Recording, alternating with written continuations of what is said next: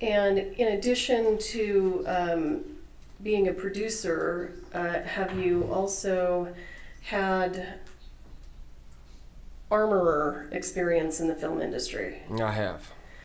So what I'd like to do, I'm going to back up just a little bit. I want to talk about your experience with regard to firearms prior to you becoming involved in the film industry. Can you tell us if you have any law enforcement or any kind of special firearms training?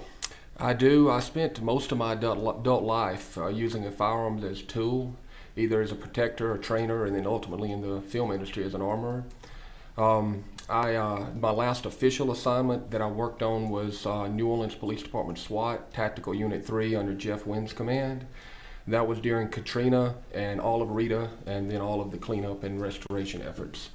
Before that, I worked as a contractor, securities contractor, for almost 20 years. I've worked on operations from Haiti to et cetera, et cetera. I've trained at mobile operation and urban combat training for RCTA. I've trained at NASA. And what's RCTA? Regional Counter Narcotics Training Academy. Thank you, sir. And they have a Mount City there that's mobile operations on urban terrain. I've received my high-risk environment training and implementation certification there, level 1 and 2. I've trained down at NASA at Cape Canaveral for SWAT and some machine gun and select fire training. Had some really good mentors that advised me to get as much training as they would put out there. So I was very fortunate to have their guidance and direction over a 20-year career. Okay, and then how did you end up transitioning into the film industry? After Katrina, we were down there working, and one of my buddies came to me and he said, "Would you like to go and do some bodyguard work for an actor?" And I was like, "No, I don't think so." So I turned him down at first, and then he kept coming back to me. I said, "You told him you had somebody, didn't you?" And he said, "Yeah, just go talk to him." So I went and had a conversation with him, and it ended up being the movie Deja Vu with Denzel Washington and his crew. And I went to work for him for a little while on that show, and got some guidance from him, and that transitioned me into film, and I took my skill set and applied it there. And have you been employed on film sets in the role of armorer? I have. Approximately how many times have you worked as an armorer on a film set? Considering individual episode, TV, and feature film, around 100 projects. And have you been hired in some capacity by the Office of the Special Prosecutor? Yes, I was contacted, it seems now maybe a couple years ago, to come on as a expert witness and try to help sort out some of the intricacies of film and armor services. Okay. I would tender Mr. Carpenter as an expert in firearm safety on film sets. No objection, Your Honor. Firearm, expert in firearm safety on film sets. Yes, Your Honor. Mr. Carpenter, in the time that you have worked on this case, have you reviewed documents and videos? I have. And can you give the jurors an idea of the types of things that you've reviewed in order to be able to render opinions?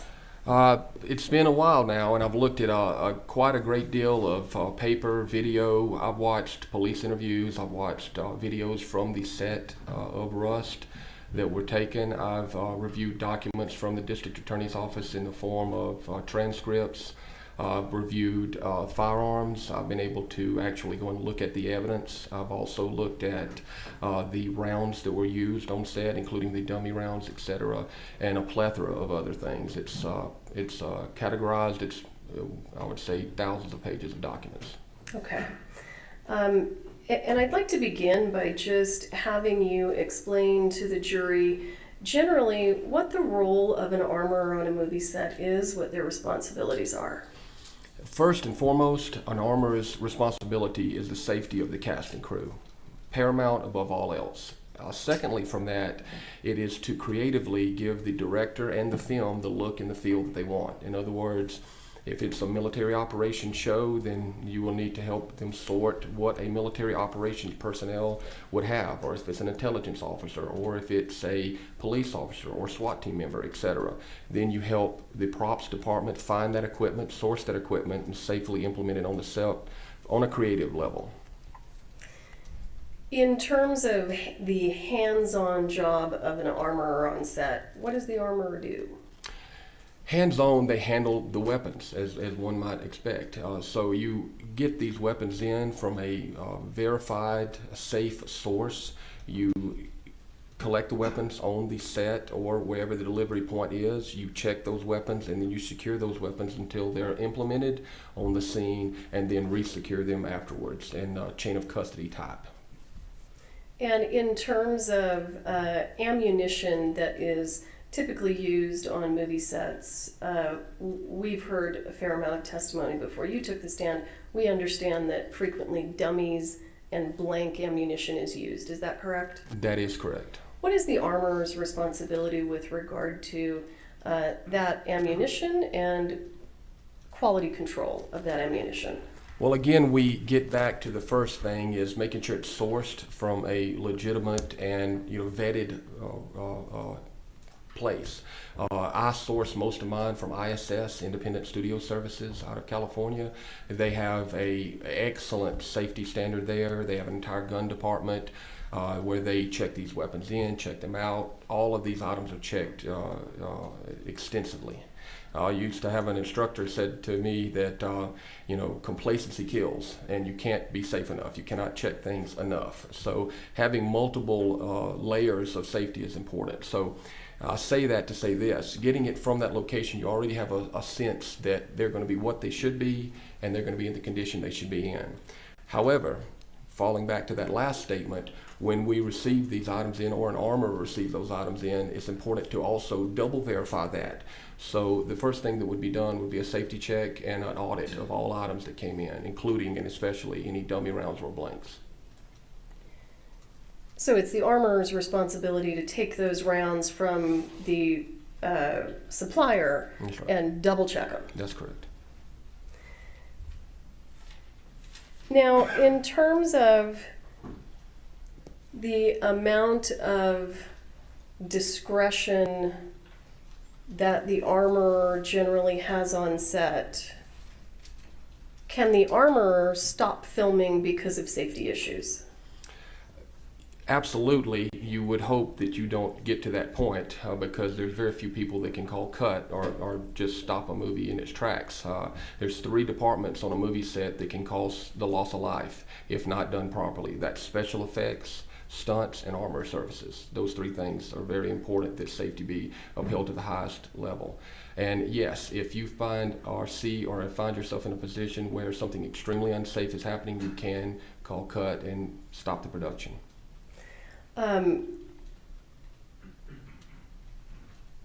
Is the armorer working for the actor? And what I mean by that is, can the armorer tell the actor what to do and not to do when it comes to firearms and firearms safety?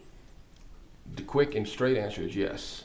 The armor department falls under the prop master, and the prop master department falls under the art department by technicality, or technically I should say. That is the level of command and the chain of command on that. But at any given time, you can step outside of that chain of command and give instruction based off of what you're supposed to be doing, and that is safety and guidance therein. In your career as an armorer, have you ever had experiences where you had to just take guns away from people on movie sets? Yes. And why would you ever have to do that? It mostly happens, and all of the multitude of stunt performers are going to get upset at me saying this, but it's the truth. Stunt performers, I love them. We've trained so many, and our stunt performers can be seen on almost every action movie in the last 10 years, and I'm very proud of them. However, a stunt performer will quickly say that they can do just about anything if you ask them, from fly a jet to handle a lever action rifle. On that note, sometimes you give weapons off to stunt performers and quickly realize that they are not handling them safely or properly. And at that point in time, you step in and very, politely and soft-handedly just walk over and say to the prop master, take the weapon away and say, this person doesn't get a live weapon anymore. They get a replica or a dummy or nothing at all. And so, yes, I've had to do that in the stunt world pretty, more than frequently, I would say. For an actor, I've never had to take a weapon away. I've worked with actors who were not allowed to handle a weapon due to safety issues previously, but I've never had to personally take one away from an actor. I've corrected actors, but never had to take one away. And in terms of correcting actors, what are the things that an armorer does on a movie set to correct an actor? I believe in the soft-handed approach, which is the best. Observe until it's time to step in, and at that point of observation, step in and offer suggestions. And if those suggestions are not followed, then you get more serious and say, this isn't a suggestion any longer. This is a direct action. We need to do it this way. I had one particular scene where they wanted to walk into a motel room with submachine guns, fully automatic weapons firing at the guy that kicked the door open, and the guy that was coming into the room, the actor, was going to be firing two pistols at the same time, semi-automatic handguns, and the proximity of the room was too close. They wanted to do it in what's called a oneer, which is just straight through shot, where we're not going to break it up and have little small bits and pieces of the shot. And they were pretty dedicated toward that, so I had to step in and say, that's not safe and we can't do it this way. We're going to have to break this up and make it to where everyone's not in the scene and in a small hotel room together. And sometimes what you just described can actually affect the filming of the movie. It can. Okay.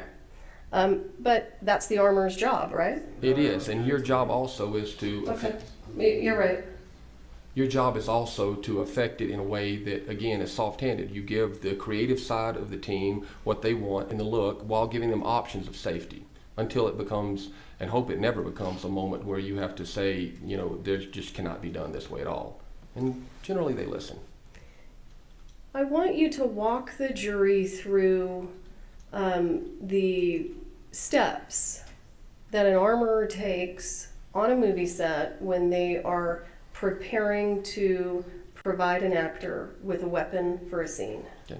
So you want me to get into the weeds enough to all the way from shipping to preparation, or just on the day of? Just on the day of. On the day of, you will have had time to prepare whatever item. And let's just say in this particular instance, it's a very simple scene. There's a revolver that the detective is using to chase a bad guy, right? You know what you're going to need for that day. Let's say he shoots 2 rounds at the bad guy, okay? And they want the revolver loaded with dummies. And the dummy rounds, as I think have been explained, are a specific entity unto themselves.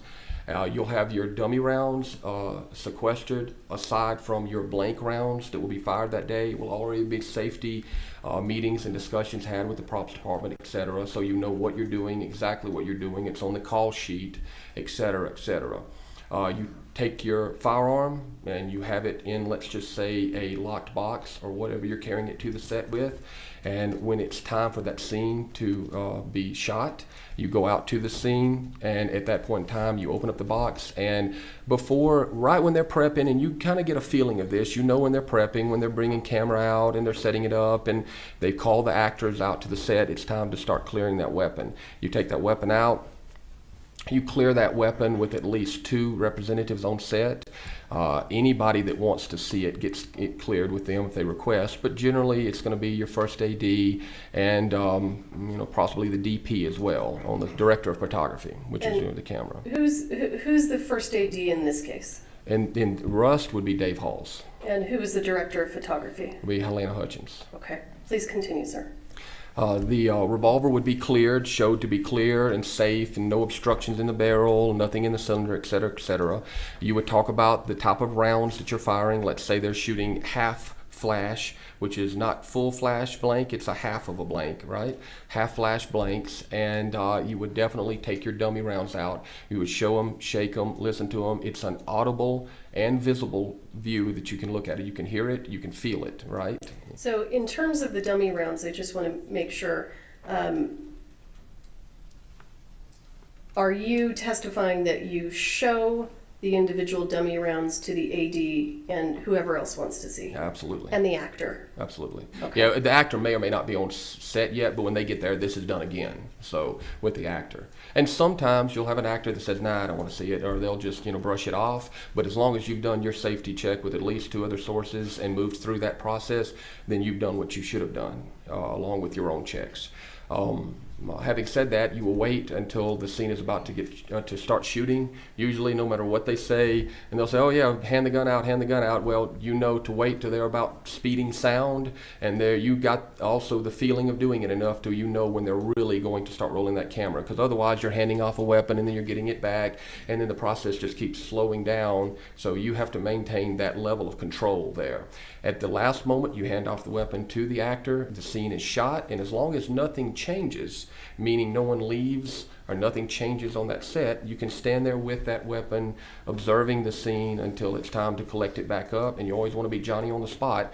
When that actor gets through with that scene, they're going to be immediately looking to hand it to somebody, and they'll hand it to anybody. So you have to be there and collecting that weapon up safely and securely, maintaining muzzle discipline, et cetera, et cetera. And then if they walk off and they want to come back, then this process repeats again. In your experience, should the armorer ever leave a gun with anyone else and leave the area? Not a live weapon, no. Well, And when I say live, I mean a weapon capable of firing a round or a blank. A live weapon being, it could be a prop gun, but it's a real revolver. Props or replicas are different than a live gun. So what a lot of people don't understand on a movie set is most of the weapons are real guns. As far as the alcohol, tobacco, and firearms, ATF is concerned, these are all real weapons. And they're serial numbered, licensed. That's a real weapon, regardless of modifications for use in film. It's capable of firing a round in some capacity or other. A prop gun is completely an inert weapon that cannot fire a round in any capacity, and a replica is simply one that looks like a gun but is not. Okay, so pursuant to your definition of a live gun, that being a fully operable firearm, would the armorer ever leave that and walk away? Absolutely not. Why not? Because it just opens the door for any type of accident to occur. You have no management of that weapon at that point in time. It could, from the most simple of things, be laid down by a performer haphazardly and picked up by any number of people or left in areas that are unsecured. You can't manage what's happening to the weapon. If someone drops it, damages it, now it's going to malfunction. If somebody sticks the muzzle of it down into the dirt and fills it with dirt, and then you fire a blank round, many things on a very, I guess we'd be on a low scale of danger, and then you work up to more dangerous things like someone having blank rounds left in their pocket and loading it, or pointing it at another person, or breaching the force safety rules, et cetera, or having it stolen. In your experience, how does the armorer generally carry the ammunition when on set for the moment that they're going to load it with dummies or blanks and hand it to the actor? Now you get into a lot of different types of movies that you're going to work on. If you're working on a modern movie with machine guns, et cetera, and you're shooting thousands of rounds a day, then you may load your blanks into the magazines, checking them all previously. Then I tape the magazines over the top with a particular kind of tape, and I mark on that how many rounds, what type of rounds, et cetera, and we check all of those things. If it's a Western or something that's using older weapons that are more simple to operate, then I generally carry my blanks in a locked, what they call a magazine. The ATF refers to it as a magazine. It's anything that holds ammunition or explosives. So I will have my blanks in a magazine, and I will have my dummies separately in generally I use a locked Pelican box, Pelican boxes are atmospherically conditioned boxes that lock in the front, and they're made out of heavy, durable plastic. Those, excuse me, those Pelican boxes that you use, is that something that production pays for, or is that just part of your kit? It's part of my kit, generally. So you bring with you some of your own personal items? Sometimes our company, Dark 30 Film Services, would have rented a firearm. I generally err toward the side of getting them through ISS, but when it comes to ancillary items such as Pelican boxes or means of storing and categorizing all of this ammunition, I prefer to use my own system, which is what I'm accustomed to, and I feel very safe and secure. So I would bring those things. Okay. In your experience, are film sets frequently rushed environments? Yes. Why is that? Because in any movie, time is an exact equal to money. The more time you spend, the more money you spend. And that comes from even when they invite an actor to walk, you'll have a PA saying, you know, our actor's walking 30 seconds. I mean, it gets down to the seconds, literally, on a film. So the more time you don't have your things in order, or you're not prepared to actually get what they say, things in front of camera and on camera, the more money you're spending. So any delay of any sort is an expense to the production and to the producers or studio. Can that rushed atmosphere have an effect on the armorer? Yes.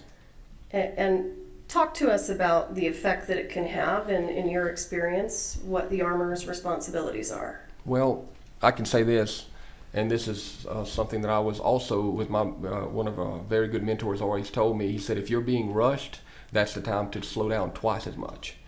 And so that's generally the rule of thumb. If the production is rushing you and they're pushing you, which they do, then at that point in time you need to stop, take a beat, take a breath, and slow down twice as much as you were before, because that means you're getting into an atmosphere of unsafe behavior, and you're getting into something where you may miss something or have a misstep or overlook something, and that is not a place to be when you're in charge of safety.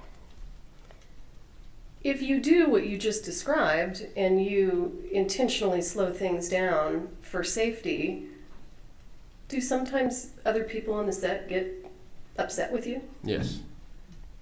And what do you do then? You have to be prepared to go home. If in lack of a better word, I've always, believed, and it's very important that if you take a role where you're in charge of other people's safety and well-being, ultimately, even in a circumstance of their life, then it doesn't matter. Your ethos or your code that you work by is, I will do what's right, regardless of what it may mean to me downstream. And having said that, there's been more than one time that I've thought, well, I might as well go pack my things up and get ready to leave this movie set, because I'm definitely not going to rush things. Okay. It didn't happen, but it could have. In your experience, do armorers carry dummies or blanks loose in their pockets or a fanny pack? Different armors could carry things, I guess, any way they chose that they felt like it was secured. So, I'm sure they do. I don't. Why not? Because I don't feel dummy rounds are specifically spooky, for lack of a better word, also when you're using them on a movie set, because they're meant to recreate the look and feel of a real round, right? Or I should say the look without the BBs inside, which the audience would never know. So having said that, it's just a good idea to have those things in an area where you're in 100% control of them. So loose inside of bags or inside of pockets just doesn't equate to that, as far as I'm concerned.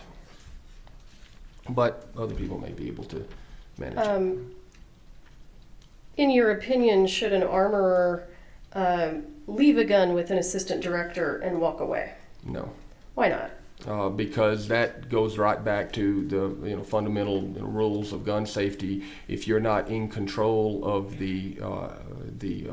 of viewing this weapon and knowing where it is and who's handling it and what they're doing with it, then you've lost control completely. So you need to be observing these things, these weapons at all times. And are you familiar with accidental discharges? There's two types of discharges that are in the firearms world, training world, etc. You have NDs and ADs. ADs are accidental discharges. Now, an accidental discharge happens very, infrequently, because that means there was a malfunction of the weapon or something that created a true accident. Almost all discharges that occur are negligent discharges, or NDs, which means it's operator error. So an ND would be the correct verbiage there. And are you aware, based on the review of the documents and the materials in this case, are you aware that there were, I think what you're referring to as negligent discharges? Yes. Okay. And are you also aware that with regard to those negligent discharges, Ms. Gutierrez was not in control of those weapons at the moment? It is my understanding, yes. Okay. So, if there's a negligent discharge on a movie set, ultimately, who's responsible for that? It would be the armor's responsibility. Now, obviously, that blame also can be split with whoever created the negligent discharge, but if you create an environment for the ND to occur, then the blame is on the armorer and on the person who actually had the negligent discharge. So it's a double-sided coin there. Okay.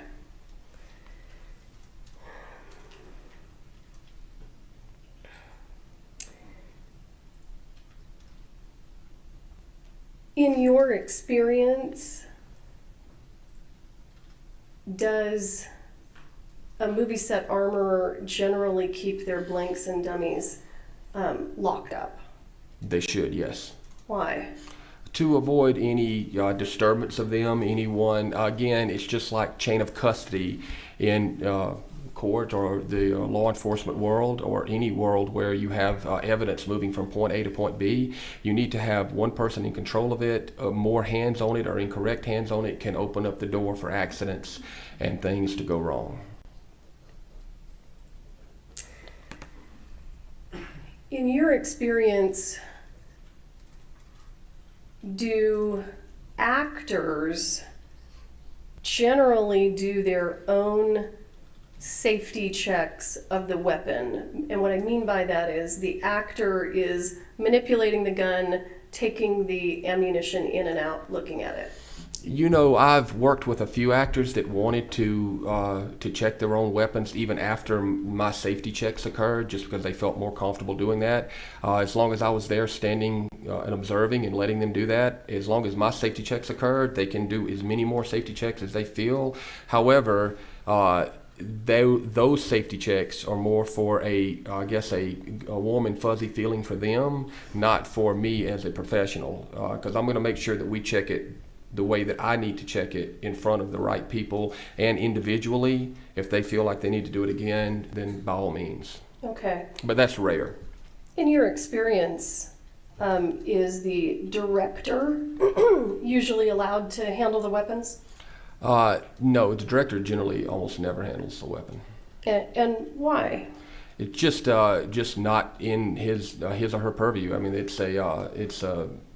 director is very much 100% the creative driving force of the film, and in that area, they're very much focused. So handling a weapon or doing anything with weapons, other than saying I want it to look like this or look like that, or this is what I want to happen in a scene, would be about the extent. But handling them, no.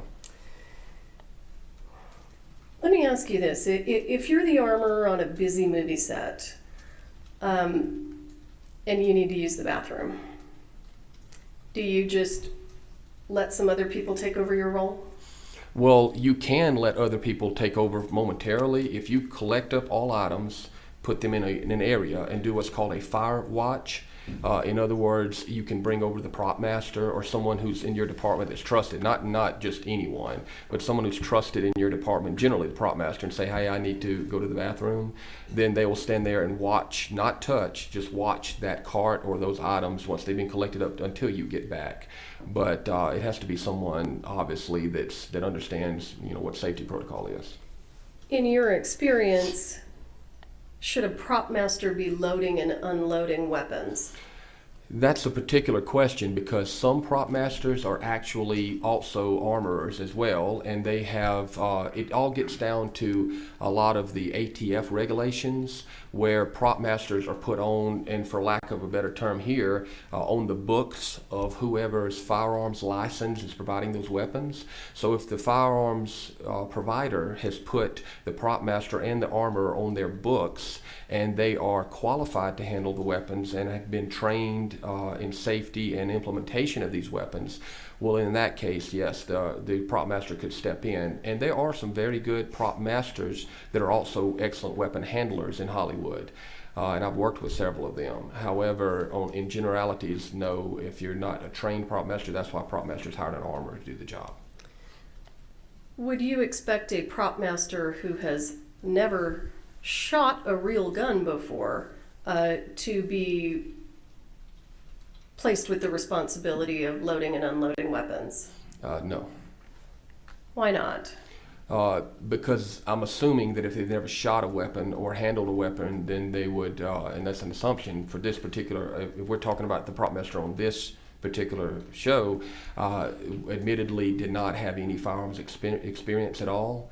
And that would not be someone I would want to be handling a weapon in any aspect. Would it be adequate if you have a prop master on set and it's a busy set, just to spend 10 minutes training them how to load and unload the guns and then give them that responsibility? Yeah, I do not believe that 10 minutes would adequately be able to train somebody with safety of firearm. What do you think it would entail for someone to really be able to do that and do it safely? At the very minimum, and I've pushed for this in film for a long time, at the very minimum, you know, a 40-hour week training session with proper firearm safety handling, a minimum certification of 40-hour certification, I would think. And that would be the absolute minimum before you could actually, you understand this isn't the same thing as having a weapon that you have at home and you want to be safe at your home and make sure that that you know how to handle it and no one can do anything wrong with that weapon, and you're, you know, being a citizen, if for lack of, you know, to better term with it. It's a difference between also stepping into the role of a safety professional on a movie set where you have other people's responsibility to look at. So that would require a lot more. And are you actually a firearms instructor? I am. And how long have you been an instructor? I've instructed on and off for 20 years prior to my film, and then I also instructed in film as well. Out of 100% of the movies, about 20% the actors want to actually fire a weapon. In those particular cases, it's very planned event, and I have instructed and trained actors in film as well. So I guess you consider it current too, so I guess around 30 years of training. Okay. In your experience, would it be sufficient if the movie is dealing with single action revolvers, such as this movie? Is the safety check sufficient if the armorer already has the gun loaded, brings the gun to the assistant director, opens the loading gate, and spins the cylinder, but doesn't remove any of the dummies? No, that's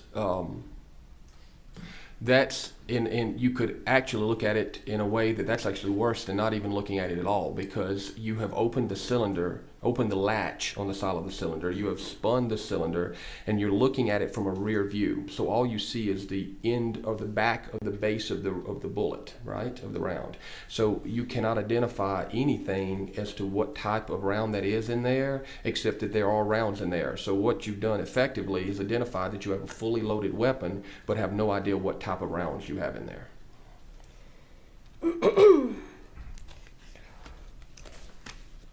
And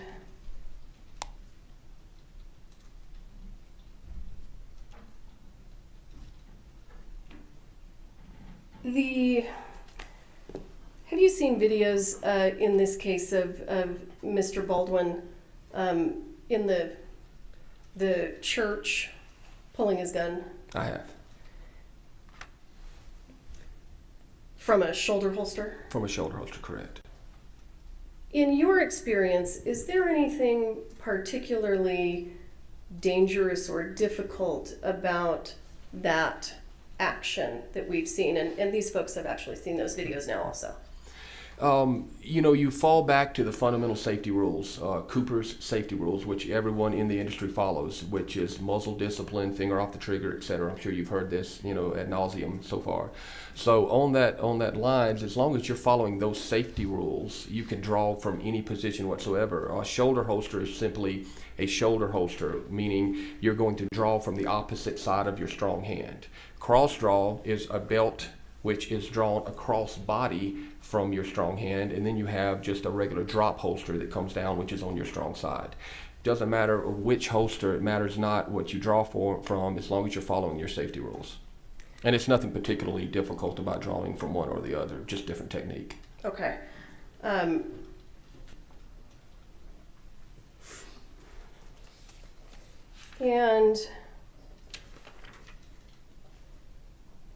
let me just review my notes real quick. In your experience, is the armorer physically present for every scene or take being filmed on the movie that involves a firearm? Yes.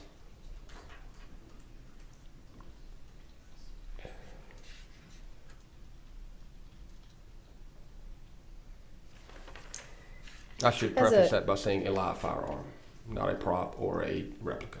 Understood. And in this particular case, you indicated that you went to the evidence room and you viewed the firearms that are in evidence. Is that right? That's correct. So do you have an idea of which guns on this movie set were fake and which guns were actually real operating firearms? I know of the weapon that Mr. Baldwin was using. I know that he had a replica. I believe it was a Denix replica, and then the real weapon. That was the only two I looked at. Okay, okay. Have you seen videos in this case that were taken by Production Outfitters, which is a company that does behind-the-scenes footage? Yes. I'd like to go ahead and go through some of those with you now. Okay, sure.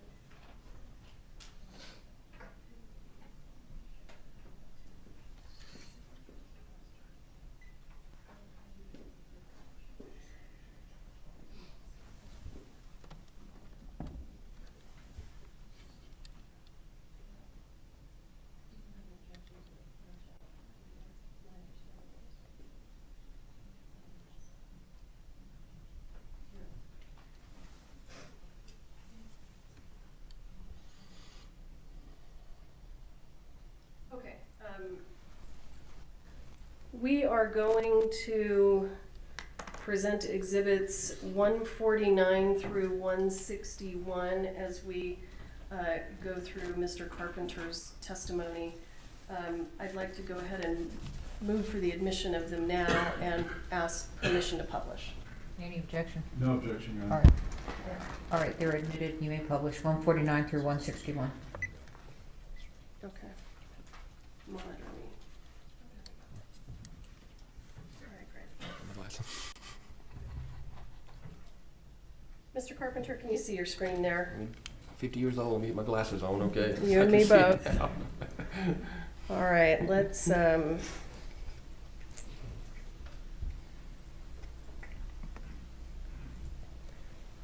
going to play for you State's Exhibit 149. We don't know where the volume is. We'll fine tune it when we get started.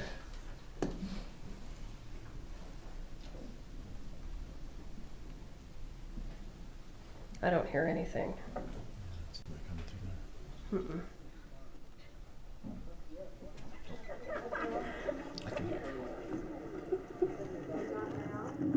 Got a little fight to him. Everyone works right. Come here, little pig. You're already connected. I'm gonna just start that over.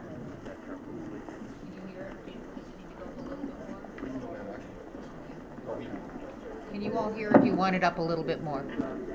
Up, a little bit more.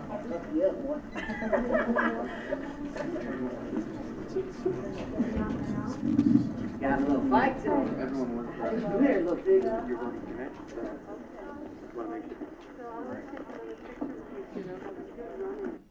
I'm gonna stop the video here. Are we okay?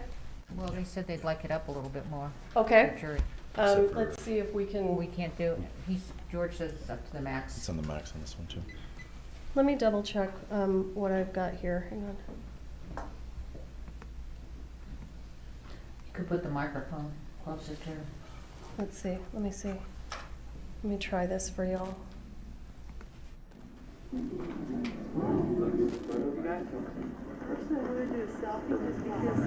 And just so you know, because these are behind the scenes filming, I don't think we're really, there isn't a lot of close-up audio of when these people are kind of mulling around. Let's go ahead and start over.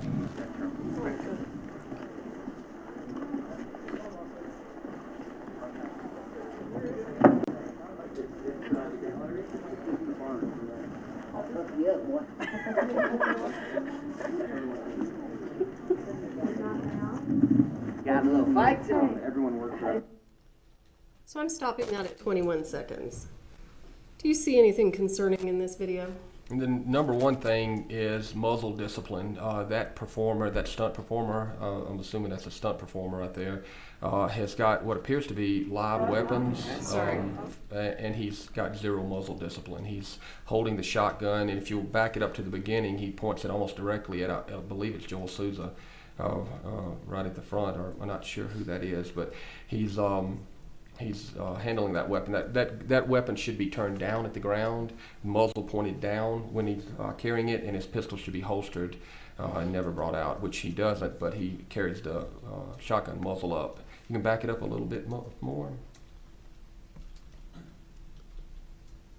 Right. Come on back a little bit. Right about all in here. I guess that's the young child actor right there. So these are just examples of muzzle discipline. You never let the muzzle of the weapon cover anything you're not willing to harm. That's rule number 3 of firearms handling. How is Ms. Gutierrez supposed to be responsible for what this actor is doing with this gun? Well, from what I can see on the from the camera angles is, I don't know if she's present here, and it appears that they have live weapons out without her presence. If she were present, I would ask that she. Well, I would think that she would tell that performer that you need to put that weapon pointed down at the ground. If she's standing there with him, correct his behavior with the weapon a bit. So it's her responsibility to correct his unsafe handling of that gun. I don't object to leading again. She's repeating his testimony, overruled. Yes, what you would want to do is, and this is an example of a stunt performer that that I would have replaced if he could not handle the weapon properly and safely after instruction. He would have not had a live weapon. Okay. We'll go ahead and let me see if let me just kind of run through it real quick and see. And it's even also more important when you've got a child actor on set or any children on set. It's very important that you, even though you wouldn't say that there are layers of safety, but as a matter of principle and just professionalism, if you've got a child on set, it becomes an exponentially more important to make sure that safety is performed. Okay, and it's also industry standard as well with firearms.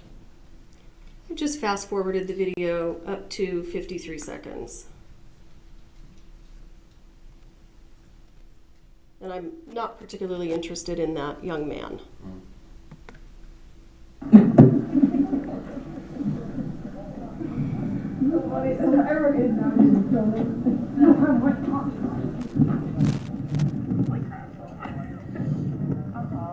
Did you see the same stunt performer back there on that patio? I did. And what was he doing? He pointed it directly at the chest of the lady or the person in the white sweater, and then turned it around and pointed it at one of the other performers.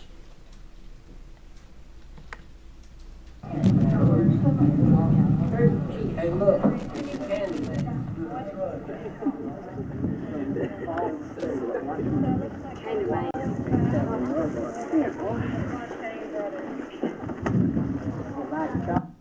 And as the camera pans around, do you ever see Ms. Gutierrez? I did not see her in that video, no. And you know what she looked like back in October of 2021? I do.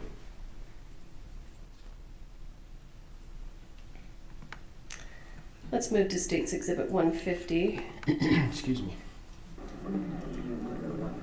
Yes, ma'am. Thank you so much. Could be it down here. Yeah, let's say going with her here, you join him behind him. And then the brothers come out. Okay. Fleet first comes out and just as he's coming, just snatch him up. Grab him. Put your hand, I want you to throw your hand over his mouth. You don't want to scream. Yep. Right? So we can go wider than the 75, yeah? Yeah. What's your concerns, if any, about what we're seeing here? The same behavior by that same stunt performer is the gentleman in the hood walked by him. He had the muzzle pointed directly to his back. And keep in mind, and this is very important, that knowing what we know now, and the reason we're here in court is that there were live rounds on the set of Rust. So you maintain one of the first safety rules is treat all weapons as they are always loaded. And that's to mitigate any problem that might happen downstream. So you have to assume that there may have been live rounds in any of these firearms that we're watching in these videos. There were live rounds there, so imagine the concern that you would have knowing that at any point in time any of these handguns or long guns could have a live round in it. So then it makes it a lot more concerning when that double-barrel shotgun's pointed to that man's back. Okay. Easy Hollister, y'all come with us. And then Lucas. He gets shot, right? And then what do I do? They come out and grab me? You're coming out around him. No, that's later. He's sort of, he's got him. He sort of fights his way free a little bit. You grab him. There's not a guy getting. Now, is it your impression that they're filming a scene right now?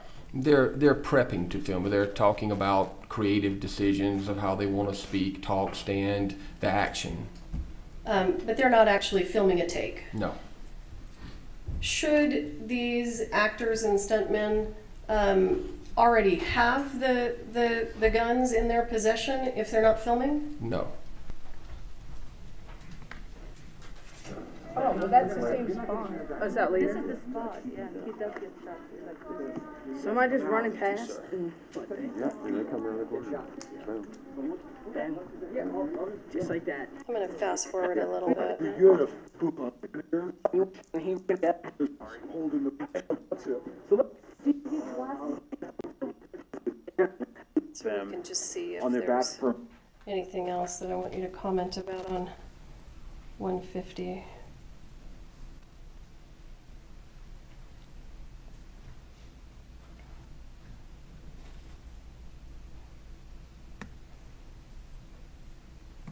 They're doing a rough rehearsal here. A rough rehearsal, just going through it. So for the purposes of the rough rehearsal, is it acceptable for the actors, the camera isn't rolling yet, should they have the live firearms at this point? If the armor is present and the weapons have been properly cleared, yes, they could have the firearms at this point. Yeah. Easy, Hollister. We got y'all. You're coming with us now. And now you gotta fight your way free. So let go, get loose a little bit, sort of throw an elbow back toward him. Ooh, funky. Ooh, got a little fight to him. Come on, little piggy. You could honestly probably wrap the... Do you still have concerns about that muzzle? I would tighten that up a bit, just because of what they're doing here and with the young actor in it as well. But yes, and that's just my way of doing things. Okay, and I'm going to rewind and I want you to listen. Come on, little piggy. You could honestly probably wrap the shotgun if you wanted. That would be dope. Do you know whose voice that is? I do not, and I did not quite hear that. I've got bad hearing, sorry. Terrible hearing.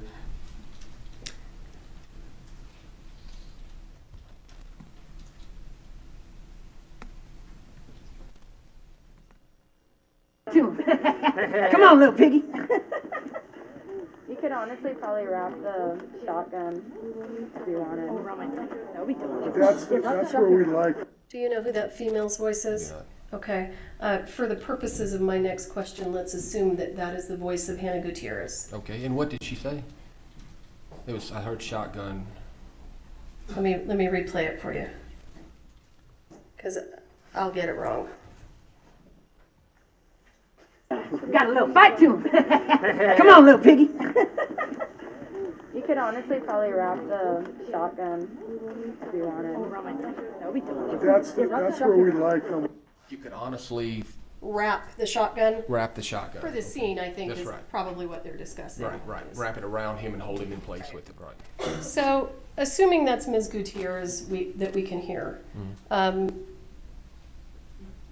she's present, Right.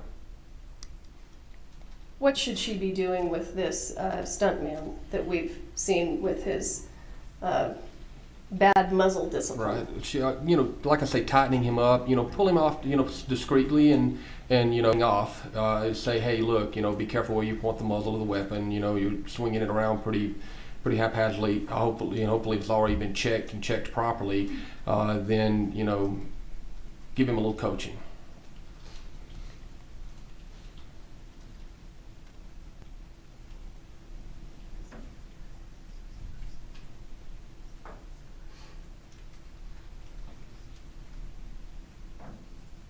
I'm just fast forwarding to see if there's any other places I want to stop.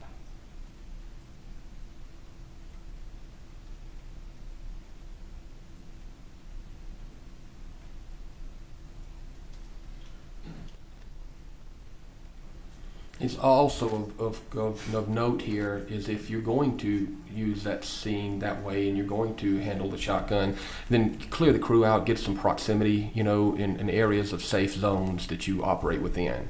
It's a lot of people walking in and out, and there's a lot of crew in and out of there, you just need to get that whole area under control a bit better.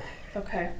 And where I've stopped it here, I have stopped States Exhibit 150 at 5 minutes and 2 seconds. What do you see with regard to that shotgun right now? It's pointed at the child, I'd say the young child actor, young actor. And it's not. Understand that if you're seeing, there are scenes in movies that require, weapons to be pointed in certain directions, but you take safeguards and measures prior to that. Just standing in the middle of a rough rehearsal and doing this thing is one level above him walking around with it in between takes. Okay. And should the actors or stuntmen walk around with their live firearms in between takes? No. Why not? Again, it opens the door to any unsafe act that might occur, from loss of the weapon, like we talked about, to leaving it somewhere. I've seen all of these things occur on a movie set, to lack of control. And at the end of the day, control is how you manage safety. Okay. Okay. All right, Sam, can we wire bone and cleat, please? Where's Sam? I gotta aim like that. Yeah. A little higher, because I would just gone. And right there, were we in between takes? Mm-hmm. Yes. And again, do you see anything problematic? Same stunt performer. I would have taken that weapon away from him well before all of that. Okay. Or instructed him, and if he couldn't follow instruction, I would have taken it away from him. Okay. States Exhibit 151. I don't even have the curtain. That was a 0. Do you see Ms. Gutierrez there? I did. And you've seen this video before, right? I have.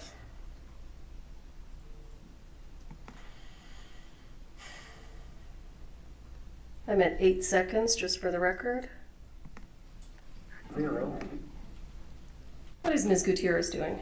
She's holding that double-barrel shotgun pointed up at her neck and face.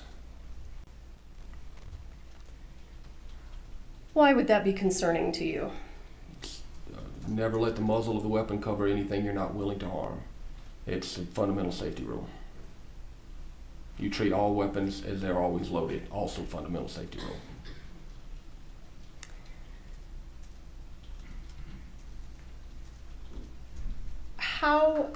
How would you expect proper gun safety on a movie set if the armorer is not following basic gun safety?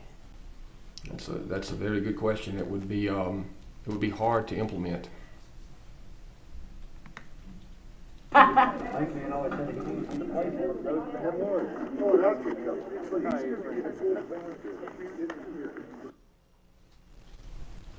All right. State's Exhibit 152.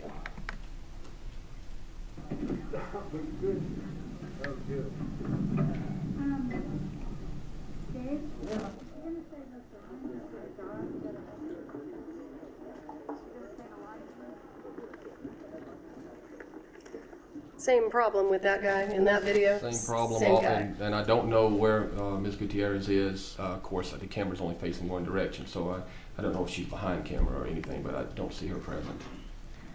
And if she is present, she's supposed to do something about that, right? Well, you take the weapon up in between scenes. In between any usage on camera, you take the weapons up.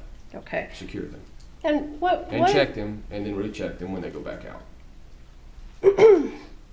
We'll go through that a little bit.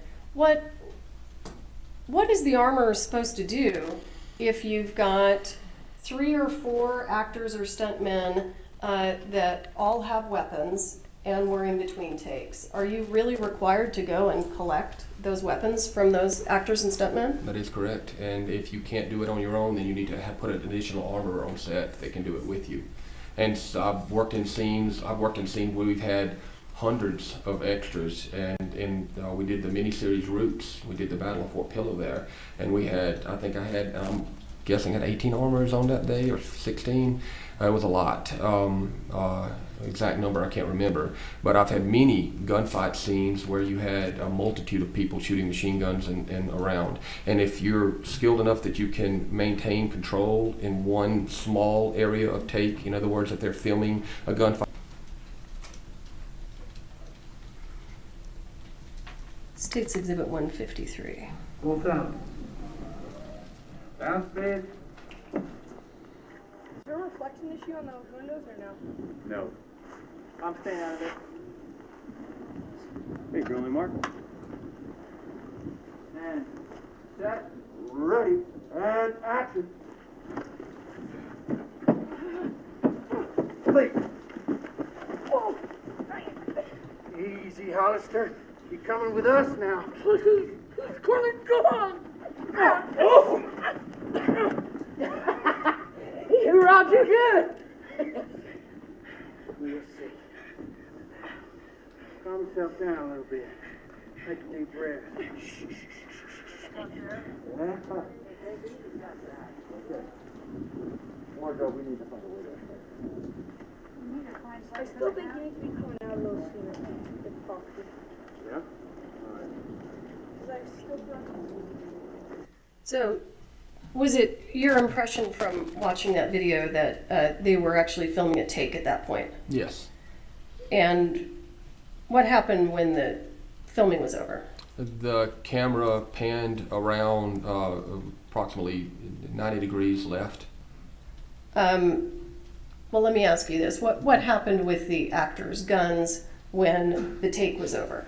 I didn't see the full end of it, but they were still holding them, standing there with them. Okay. And is that the point when the armorer is supposed to come in and take them away? Yes, exactly.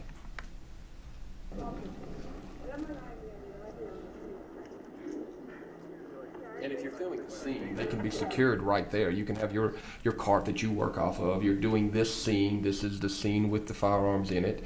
You can assume, unless they're using a B unit, which is a secondary filming unit, you're only filming one scene at one time. So whatever that scene is that you're filming, you can be right there present to it, and then the camera goes to the next scene. So it's not as if there were 4 or 5 scenes filming simultaneously.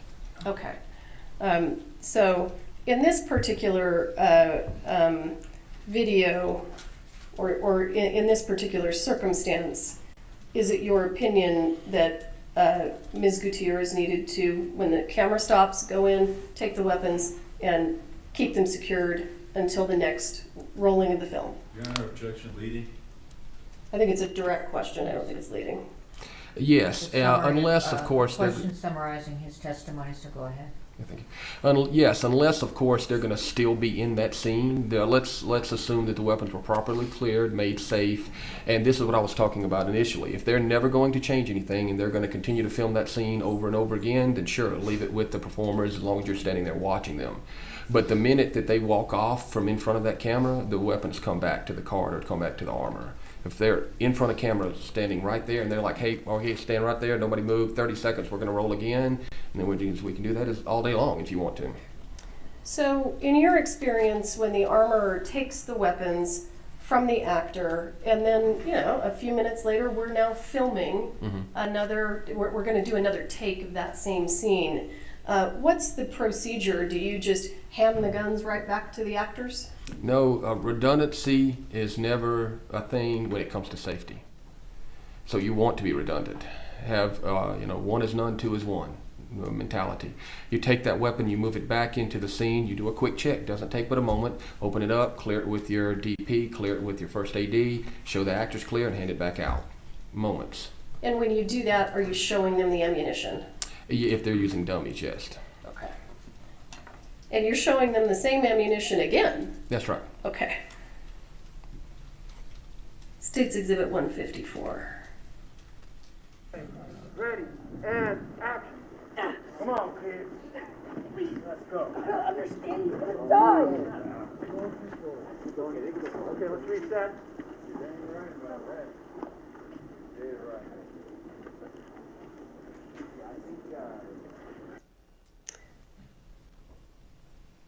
Do you have any concerns about Just that? same, pretty much the same as before. Same guy, same behavior? Same guy.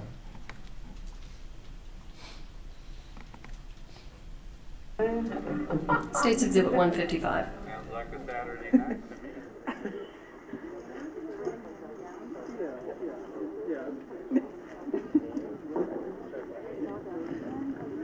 me. Almost. A wire. So like, The human behind you. gotcha. So you just shoot it like this, right? And what are we doing here? State's Exhibit 155. He actually did a 360-degree muzzle discipline breach on that one. So he went around in a full circle with the muzzle at everyone in the vicinity, and then he handed the weapon to the young actor. And in a circumstance like this, what is the responsibility of the armorer? Just to intercede.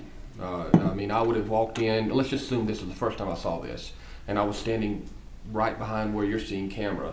I would have saw him with the muzzle. I'd have said, hey, Bill, or whatever his name is, I'd say, hey, Bill, listen, make sure you keep that thing slung down while I'm sitting here watching you if we're about to, do this scene. Now, if we're not about to do the scene, he doesn't even have the weapon at all, so it's a moot point. But let's assume that we're just about to film this, and I've given it and done the safety checks.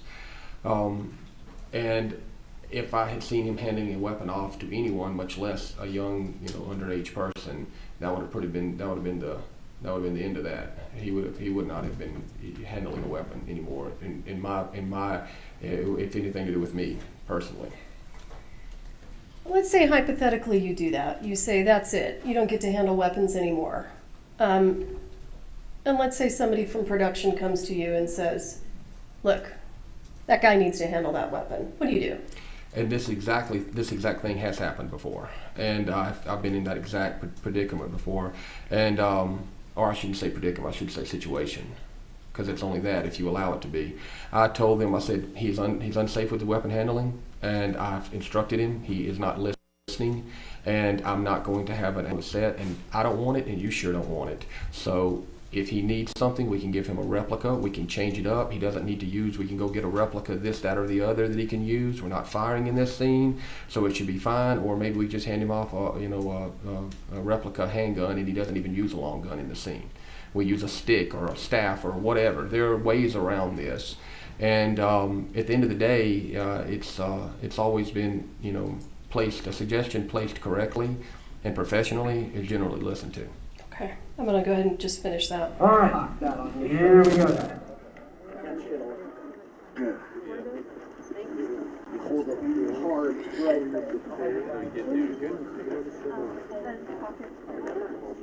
That button is to be unbuttoned. So after the weapon was taken back from the child, are you still seeing that same bad behavior from that stunt performer? Yeah, he's toying with the weapon at this point. State's Exhibit 156. Okay,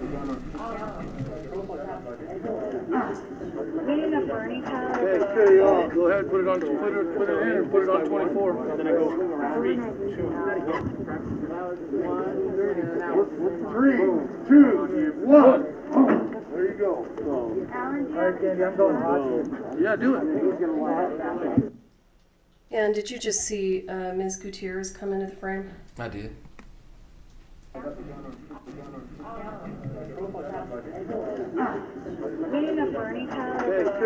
go ahead, put it in and put it on 24. Then I go 3,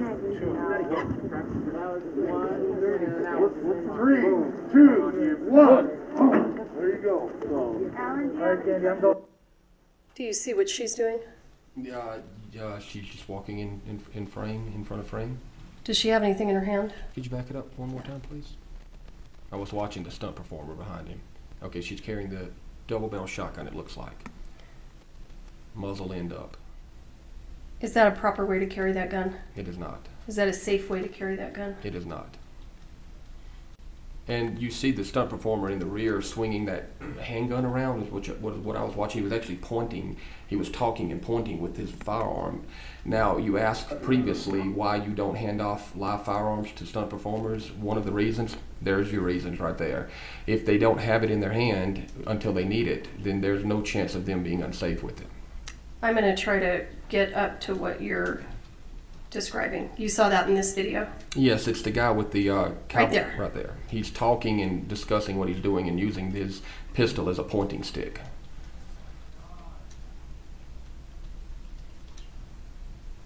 Again, we have to assume all weapons are always loaded, and in this case, may well have been.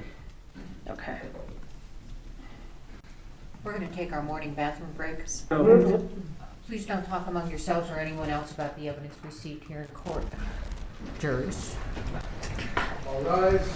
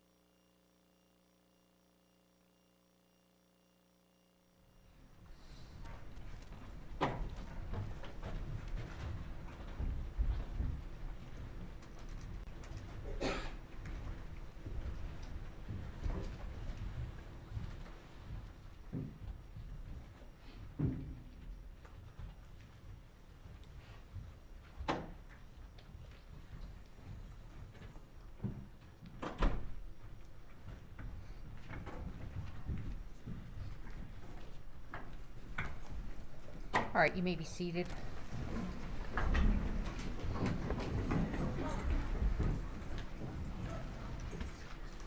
All right, Mr. Carpenter, let's continue with State's Exhibit 157.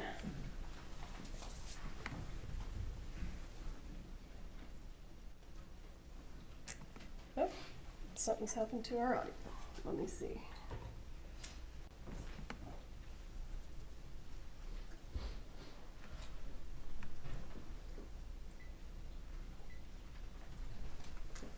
I'm not entirely sure what the problem is, but that's supposed to be like that. Ah.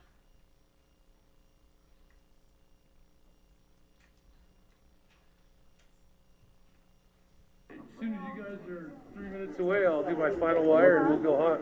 Here, I'm gonna just back it up so we can. 157. What do you need to do, Thomas? As soon as you guys are 3 minutes away, I'll do my final wire and we'll go hot. Okay. Get hot? You need to do No, anything? I'm not hot yet. Okay, wait. I want to see where the camera is so everybody knows the time. We'll get all that shit back once we wire him and we know where it's got to be. Then we'll clear it. We need to do Is the battery off and done now? Did you see anything noteworthy in that clip? Just muzzle discipline. You said muzzle discipline. And also a Get a weapon. little closer to that microphone, would you? My apologies, I'm sorry. Muzzle discipline, but more importantly, there was a weapon exchange that occurred with, I didn't see a safety check between those weapons.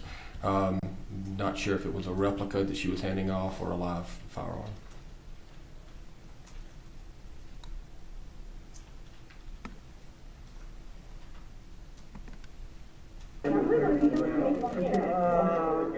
Is the battery off and done now? Too much talking around. You had concerns about that. Assuming that it was two live weapons being exchanged, I'm not exactly sure why that would have occurred. Then there should have been a safety check between those two. If he had a replica, then that would have been a good thing that he had a replica previously. But then if she handed him off a live gun, at that point in time, there should have been a safety check. But more likely in this particular circumstance, he's wired at the back and he's about to do a stunt where they're going to probably do a dead man's snatch. They're going to snatch him into that wall, probably when he's been fired upon or whatnot. Having said that, they probably took the live weapon and handed him a replica, a soft replica, so he wouldn't get hurt when he lands on the ground, metal object in his hand and whatnot. So that probably was an exchange for a soft rubber replica gun. Okay. And it's an assumption, I'm not sure. And do you have a comment on Ms. Gutierrez's handling of that shotgun that she's carrying? She's still carrying it by the muzzle end. That looks like a different shotgun actually than the previous one. Okay.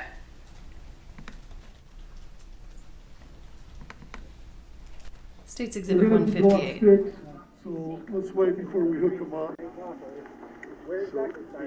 Yeah, otherwise he can catch all sorts Now, of stuff. you know, I'm not saying he won't get blood on the rim. I don't know how these are. No worries. Okay. You know what I'm saying? Yes. Yes. How, Thomas, how much blood you think's gonna come out? If the lens is right here, It'll get on you from there. it'll get on the lens here. It'll get on you. See, I was thinking ahead. Alright, so be careful, make sure you put it in an optical flat and back the camera. Wait, where's the blood? Hey, Dave. Anything worrisome in that video? Assuming Miss Gutierrez is behind camera, then they would be prepping for that scene and everything would have been in place. So no, assuming she's there. Okay. And let me ask you this. In addition to seeing videos from the production outfitters behind the scenes collection, have you also seen some of the actual movie takes that were filmed during the 12 days of filming for Rust? Yes. I'm going to play for you State's Exhibit 59, which is going to be from that collection. There was one additional. Stop. 159. I apologize. There was one additional video in that exhibit. Are we continuing on with the behind the scenes now? No, I was gonna move us to I was going to move us to the Rest okay. Productions videos. Yeah, okay. Sure. Okay. Well, just a minute, so did you publish 158, I guess is the question. Is that what the question is? Yes, I published 158. Now we're moving on to 159. Okay. And Mr. Carpenter, I think I understand your question. Let's go ahead and move on to these. Copy that. Okay.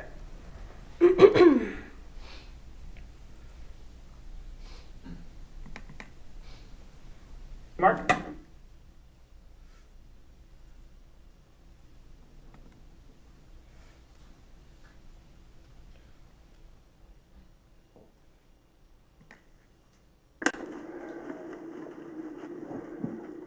Set. Ready, and action.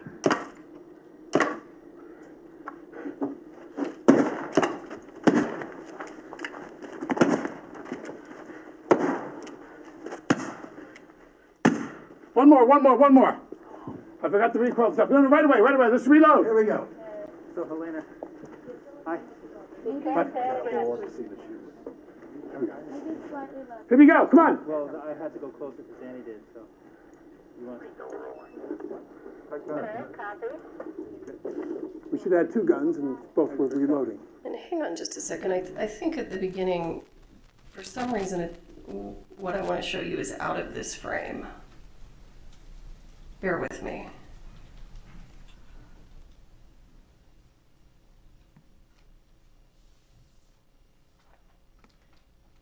Mr. Bowe, how can I do frame by frame?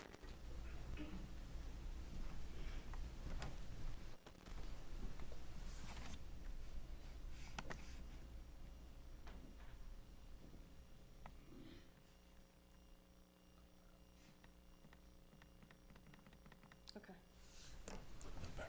Okay.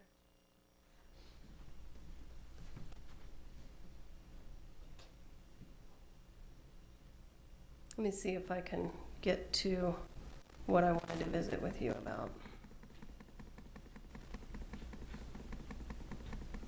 And for the record, I'm just fast forwarding frame by frame.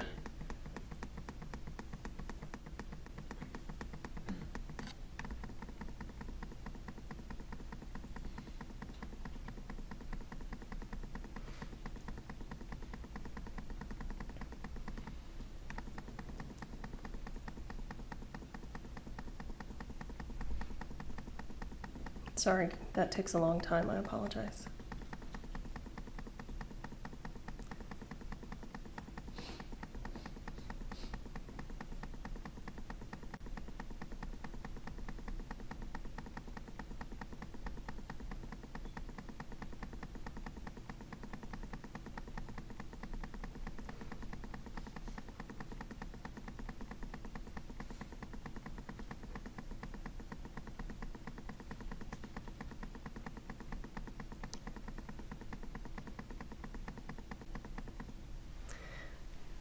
Let me ask you this. Mr. Lewis, do you see the issue? I do. Okay. I think You're going to help me fix that? I am. Okay. But for the purposes of this, just so that we can move on, have you seen this video where the frame is a little bit bigger and you can see someone over on the far right side of the frame?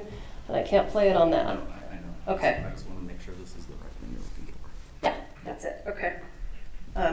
We'll swap it out. I'm gonna show you the one that has the wider frame. I apologize for that error, but we'll go ahead and go through your testimony now. So the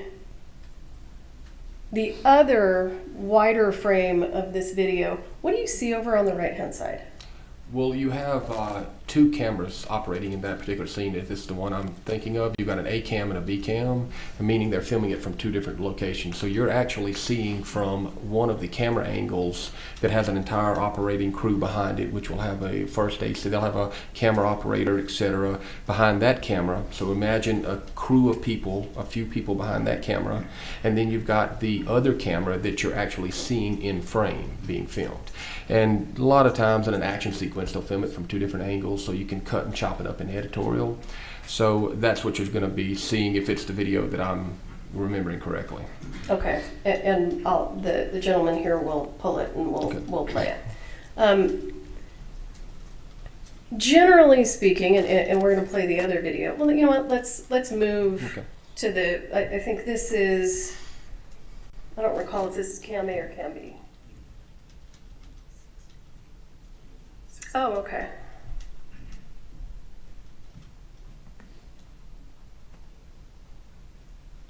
They're keeping me straight here. Let's see. Hey, Mark. There you go, Mark. Set. Ready, and action.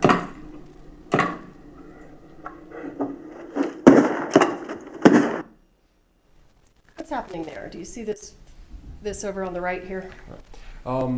So keep in mind, as I said previously, you will see a camera crew operating, and he's doing what's called a handheld right there. He's hand holding the camera and moving it, meaning it's not on a dolly or a track or anything of that nature. So that camera operator's hand holding that piece of equipment with operators behind him. Remember that the frame that you're seeing here has that exact same situation going on as well behind this. So it's a number of people out here, both behind that camera and behind the one that we're seeing POV from, okay? And that appears to be a full flash blank just from the report, the amount of powder that's leaving the barrel, the amount of report and gun smoke that's coming out. I would imagine that's a full flash blank. And one of the first rounds that he fired actually incapacitated the camera and operator in the smoke, meaning he was entirely too close to that camera to fire that. We have a minimum amount of distance that is required for safety when you're firing blanks, depending on what type of blank you're firing, and that was well within the safety zone. And let's say you're wrong. Let's say that wasn't a full load blank. Let's say it was a half load or a quarter load. How does that? Well, let me stop for just a second and let me ask you this. Can you explain to the jury, talk to them a little bit about blank rounds and whether or not blank rounds can be dangerous? Sure. So a few years back, the local 600, which is a camera union, and the gentleman that works in that union, he's one of their business reps, asked me to do a soft tissue video series showing the effects of soft tissue from blanks. A tomato is a very good example of the human skin from a very non-scientific standpoint, right? But the internal part of a tomato and the external being the skin tissue is a very good example. So we took a tomato and at different distances fired quarter flash, half flash, full flash blanks at that tomato in high-speed cameras to show the effects of it. You also get down to blanks that get into 1.8, 1.6, 2.3, but that's really small things that just make the firearm operate if it's a semi or fully automatic, and not something that we would be dealing with here. So getting back to your point directly, we did that video series, and a full flash blank from the distance of easily 6 feet to 8 feet can peel the skin off and do damage, trauma to the inside of it. Half flash blank at 4 to 6 feet, so forth and so on. Again, not an exact distance ratio to hear it today in court, but well within any distance that's being fired there would have done damage to human tissue if it would hit it. And you can almost assuredly say that was a full flash blank from the distance of the report. You can see the smoke travel from the muzzle, which is the area of the firearm where a projectile technically would come out, from the muzzle end of that weapon to the end of that initial smoke stream, which if you had a high speed enough camera, you would see fire in there as well. It's gunpowder burning inside of that smoke. You can see that it's all the way to the camera, which is approximately, I would say that's about 8 feet, 7 to 8 feet. Is there any, when a blank is fired, is it possible that something is expelled from the firearm? there is things expelled from the firearm. Now, movie blanks are a bit different than, say, a military blank because they're meant to be shot in closer proximities, et cetera, and you want that all the particulates inside of the casing, i.e. the gunpowder, anything inside of there, to completely and totally burn up, almost like magic powder. You've seen the magicians throw the thing and all that paper burns up instantaneously. Something to the effect of that. You would want it all to burn up as quickly as possible the minute it is ignited and leaves the muzzle of that weapon. Okay, so there is a little bit of difference. However, it still sends unburnt powder and particulates out of that muzzle, which can put an eye out, burn the skin, et cetera, et cetera. Okay. Not to mention the concussive force of it alone. Okay, so I'm going to get to that frame right there. Specifically that frame, what's concerning? Well, he's within, outside of the bounds of safe distance. In other words, he's well within the no-go zone there, and he's pointing and firing the weapon directly at camera. Now, there are particular scenes which are set up in a very specific and controlled manner that you can, point at or near camera. But for the most part, you always instruct any of your performers to always aim off camera. Never aim directly at somebody, aim directly off of them, even if it's 4 or 5 inches or a foot or two, right? Now, I'm just speaking with an empty weapon that's already been cleared, not to mention a blank, where this is not even what we're talking about now. When you just generally aim a weapon, cheat it to the side a little bit. But in this particular case, we're firing a blank. You would want to have 4 feet off camera angle that he should be shooting to the side, and keep in mind no camera crew behind there as well.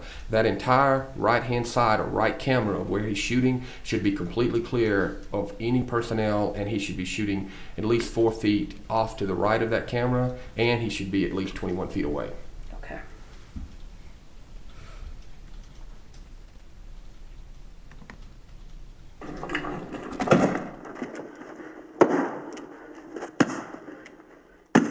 One more. I forgot the recoil stuff. No, right away. Let's reload. Here we go. So, Halyna, hi. How many movie sets do you think you've worked on in your career? 100. That conduct that we're seeing on the part of Mr. Baldwin, is that typical conduct from an actor on a movie set? No. Why not? Well, number one, he's basically instructing the armor how to do their job at that point, telling them that we should have had the gun a second reload, hurry up, give it to me fast. This is that moment. This is that moment I spoke about earlier. This is that moment that you need to stop and say, no, I'm not going to hurry up, I'm going to slow down. And we don't need to be, passing off weapons this fast or loading guns this fast. This is creating an unsafe and nerve-wracking situation, to describe it in more layman's terms. Always on any kind of live training exercise, military training or whatnot, you don't want to put people in a nervous position. That creates, now you can stress, it's a level of stress that's necessary in realism training for military and law enforcement. This is not that. This should be separate and apart from that, and even when that's being done under those circumstances, it's done in a controlled manner. But rushing with firearms and telling someone to rush with firearms is not normal nor accepted. Okay.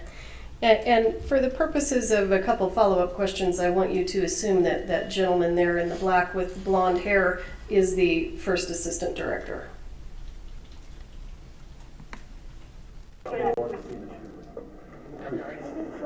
Here we go. Come on. Well, I had to go closer because Danny did, so. You want Okay, copy. We should add 2 guns, and both were reloading. No. Okay. Did you see him just walk away? I did. What's your opinion on that? I don't really know what he was doing in that particular moment. I saw Miss Gutierrez attempting to reload that weapon as fast as she could, of course assuming it's blanks and we're using the same weapon. She was doing it. It looked like the prop master may have been holding lever action over her shoulder.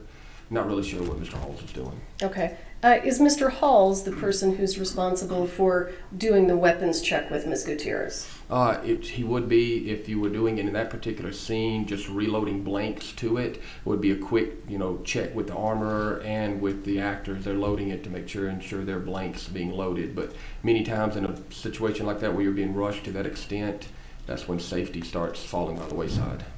And could you see, and I can replay the last few seconds of it, where Ms. Gutierrez was getting her dummy rounds? You could replay it. I didn't. Let's see. Let me back up a little more. I forgot the recoil stuff. No, right away, let's reload. Here we go. So, Halyna, hi. Here we go, come on. Well, I had to go closer because Danny did, so. You want We should have had two guns and both were reloading. Okay. Can you see in the video where she's getting her rounds from? It looks like she was getting the blank rounds, assuming they're about to fire again, from her fanny pack. And would that be advisable? I prefer to operate out of a secured box for my blanks that have been pre-checked prior to. Again, that may be her protocol, operating off. But in my experience, having multiple things in one area together that are not sequestered apart from one another just leans for potential trouble downstream. Okay. I'm going to go back to State's Exhibit 159. So 159 is the other camera angle of 160, where we can see 160 is where we can see the cameraman on the side. Let's do 159 again now that it has a little more context. Set, Ready, and action.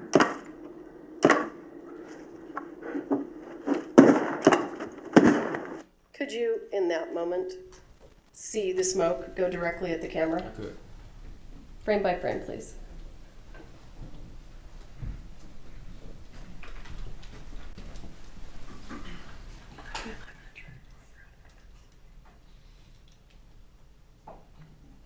That might be more than I can do. Okay.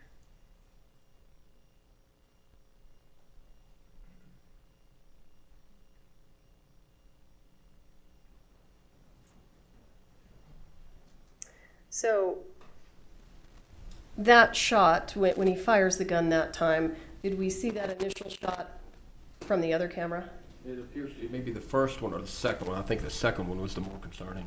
Okay. Not sure where that started from.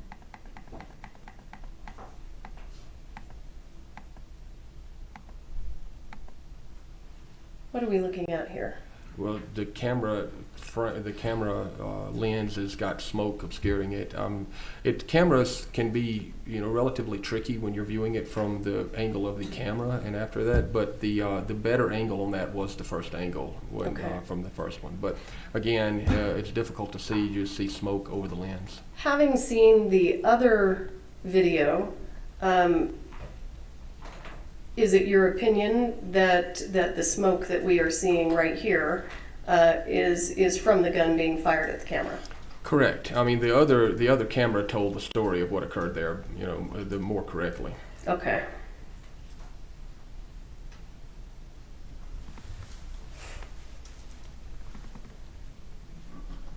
Hey, Mark.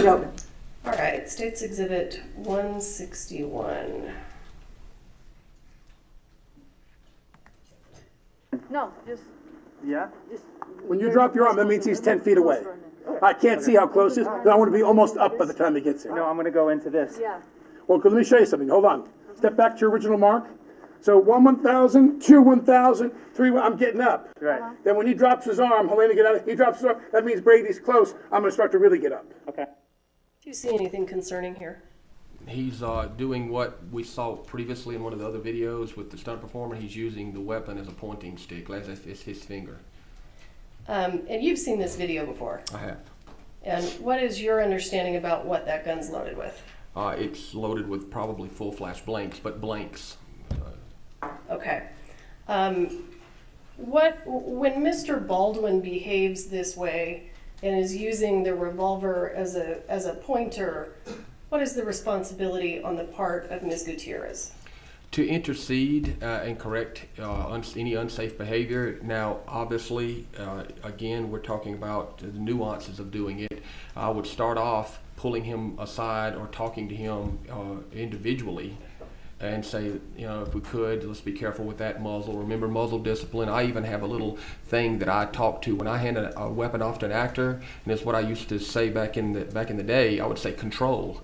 And the actors would have to repeat the word control to me. And by repetitively doing that, it becomes a mental training technique to teach them that they are now fully in control of that weapon, and their actions while they have it is on them. They are part of that other side of that coin we talked about. If moving past that, I was not getting any result on that, I would have to intercede in this on-camera moment or in rehearsal moment. And then from there, it just depends on whether or not they want to be safe on scene or they want to find somebody else. Okay. All right, we will go ahead and play from 23 seconds. Here we go, let's try it. And everyone Rolling, just rolling. need to be right here, like in the path of the gun. Could you please move? Did you hear that? I did. Tell us what's going on there. It sounded like Miss Gutierrez attempting to correct the fact that she knew that Mr. Baldwin was pointing that weapon in an unsafe manner, and she was attempting to move the crew out of the path of where he was pointing it, knowing that it was loaded with blanks. Is there a problem with attempting to move the crew? That's one of the two things that should be occurring. You identify the problem that created the fact that the crew was in an unsafe position, and then you clear out the crew. And she was attempting to, I would assume, not correct Mr. Baldwin, but try to make the crew in a more safe position. Okay. Is that a quarter load? It's a quarter, yeah. Did you hear that? Say quarter loads, is that what she said? And do you know whether or not it was actually a quarter load? I do not know. Okay. In terms of the timing of Ms. Gutierrez telling, and why don't you give the ladies and gentlemen of the jury an idea of how many people are behind this camera? So in a particular scene like this, assume they're shooting it with one camera, camera A, okay? Then you're going to have your sound, you're going to have your sound mixer, you're going to have your camera, your DP, director of photography, you're going to have your first AC, generally a focus puller, first assistant camera, you'll have a second assistant camera, more than likely wardrobe is going to be on set as well, hair and makeup as well. You could have even PAs on set standing there. So you're looking at anywhere in a scene like this between 6 and 11 people out there. Is it Props, advisable? I'm sorry, props, of course. I left props out. Okay. Is it advisable for Ms. Gutierrez to wait until the last minute to tell the crew to get out of the way? No, the direction of firing should have been established prior to the scene. Which way is Mr. Baldwin going to point that weapon? Which way is Mr. Baldwin going to discharge that weapon? Where he's going to walk and in what angle is he going to walk? His starting point, his ending point. And you take all of those things into consideration along with the type of load he's firing, and then you move your crew out appropriately. Okay. Second, if I'm going to shoot right, you want to go on the other side of the camera? I don't want to shoot toward you. Okay, right here. Okay, I want to shoot close to you. Here we go. Set. Here we go. Ready. And action.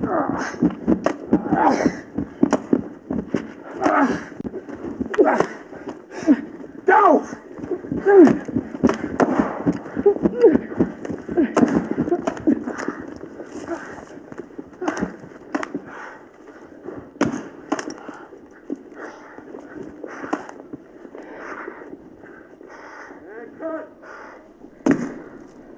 Motherfucker.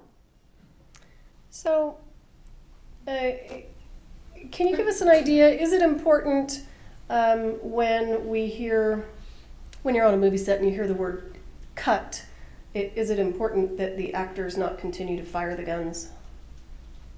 Yes.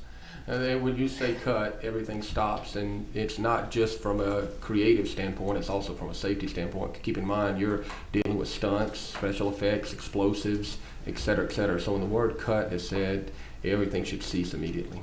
So in this instance where Mr. Baldwin was firing the gun after the word cut, is there anything that you would have done? I would file that under the category of going, as the old saying goes, off script. He went off script there and fired for whatever reason that I guess he felt he needed to, but I would have probably said something to him about that as well. Afterwards? Afterwards. Okay. I would have asked him why he did it, and I would have probably phrased it in a way that it was like, is something wrong with the firearm? Did you have it cocked? Was your finger still on the trigger? Why did that extra round go off at the end? Yeah. Now, obviously, Ms. Gutierrez is not as experienced as you are.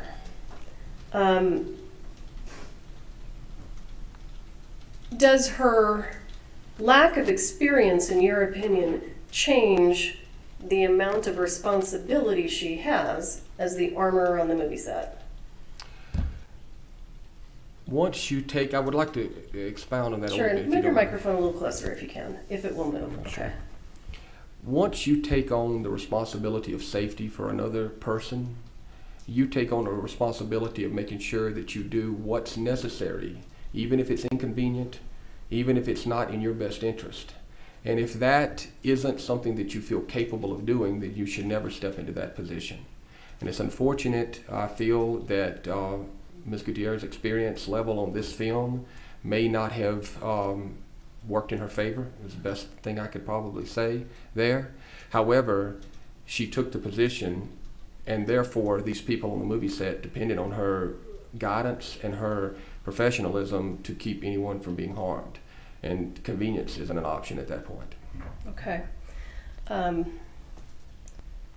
Thank you, sir. I'll pass the witness. Can I unplug? No. Okay.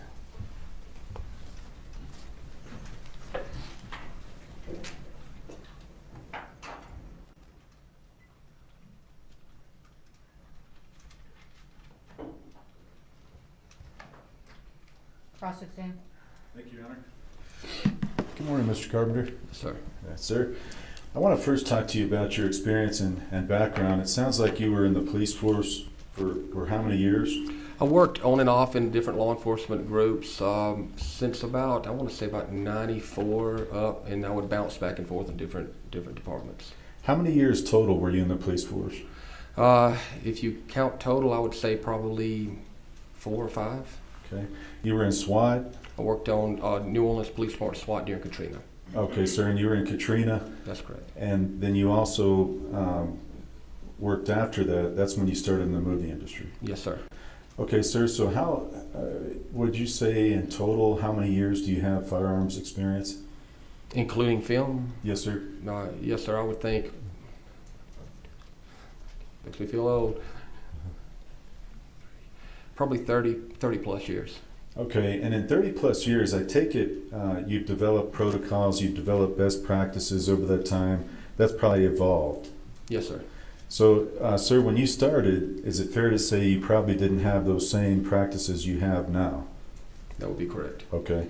And you've been trained both in the military, the police and the film industry, and over time you've developed those series of practices and protocols? Correct.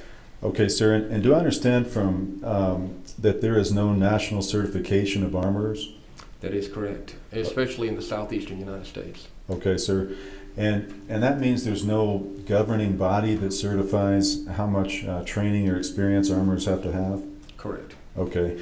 And I know that you said earlier that 40 hours of training was something that you would think would be required. Am I wording that correctly? Yes, sir, it is a minimum. Okay, as a minimum.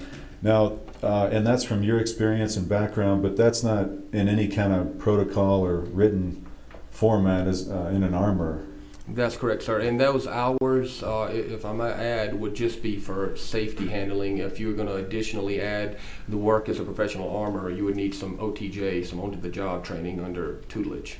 Okay, sir, so ideally there would be a national body that would have a set hours, 40 hours minimum, then on-the-job training a certain amount, And that would be the practice before an armor is certified. Yes, sir. Okay. Now, at the time of this movie, obviously in 2021, that was not the case. Is that correct, sir? To the best of my knowledge, yes, sir. Okay. And also, there is a difference, is there not, between union and a non-union armor? Well, you can be in the union and work on a non-union show. The union armors, depending on which union you're in, like the 44 out of California has different regulations and different safety standards. So really is the point of the union gauges and follows the craft a little bit better, but it kind of interchanges depending on which job you want to work on. Okay, now when you know from working over the course of your career, there's different tiers. There's lower tier movies, lower budget, and there's higher tier movies. Correct.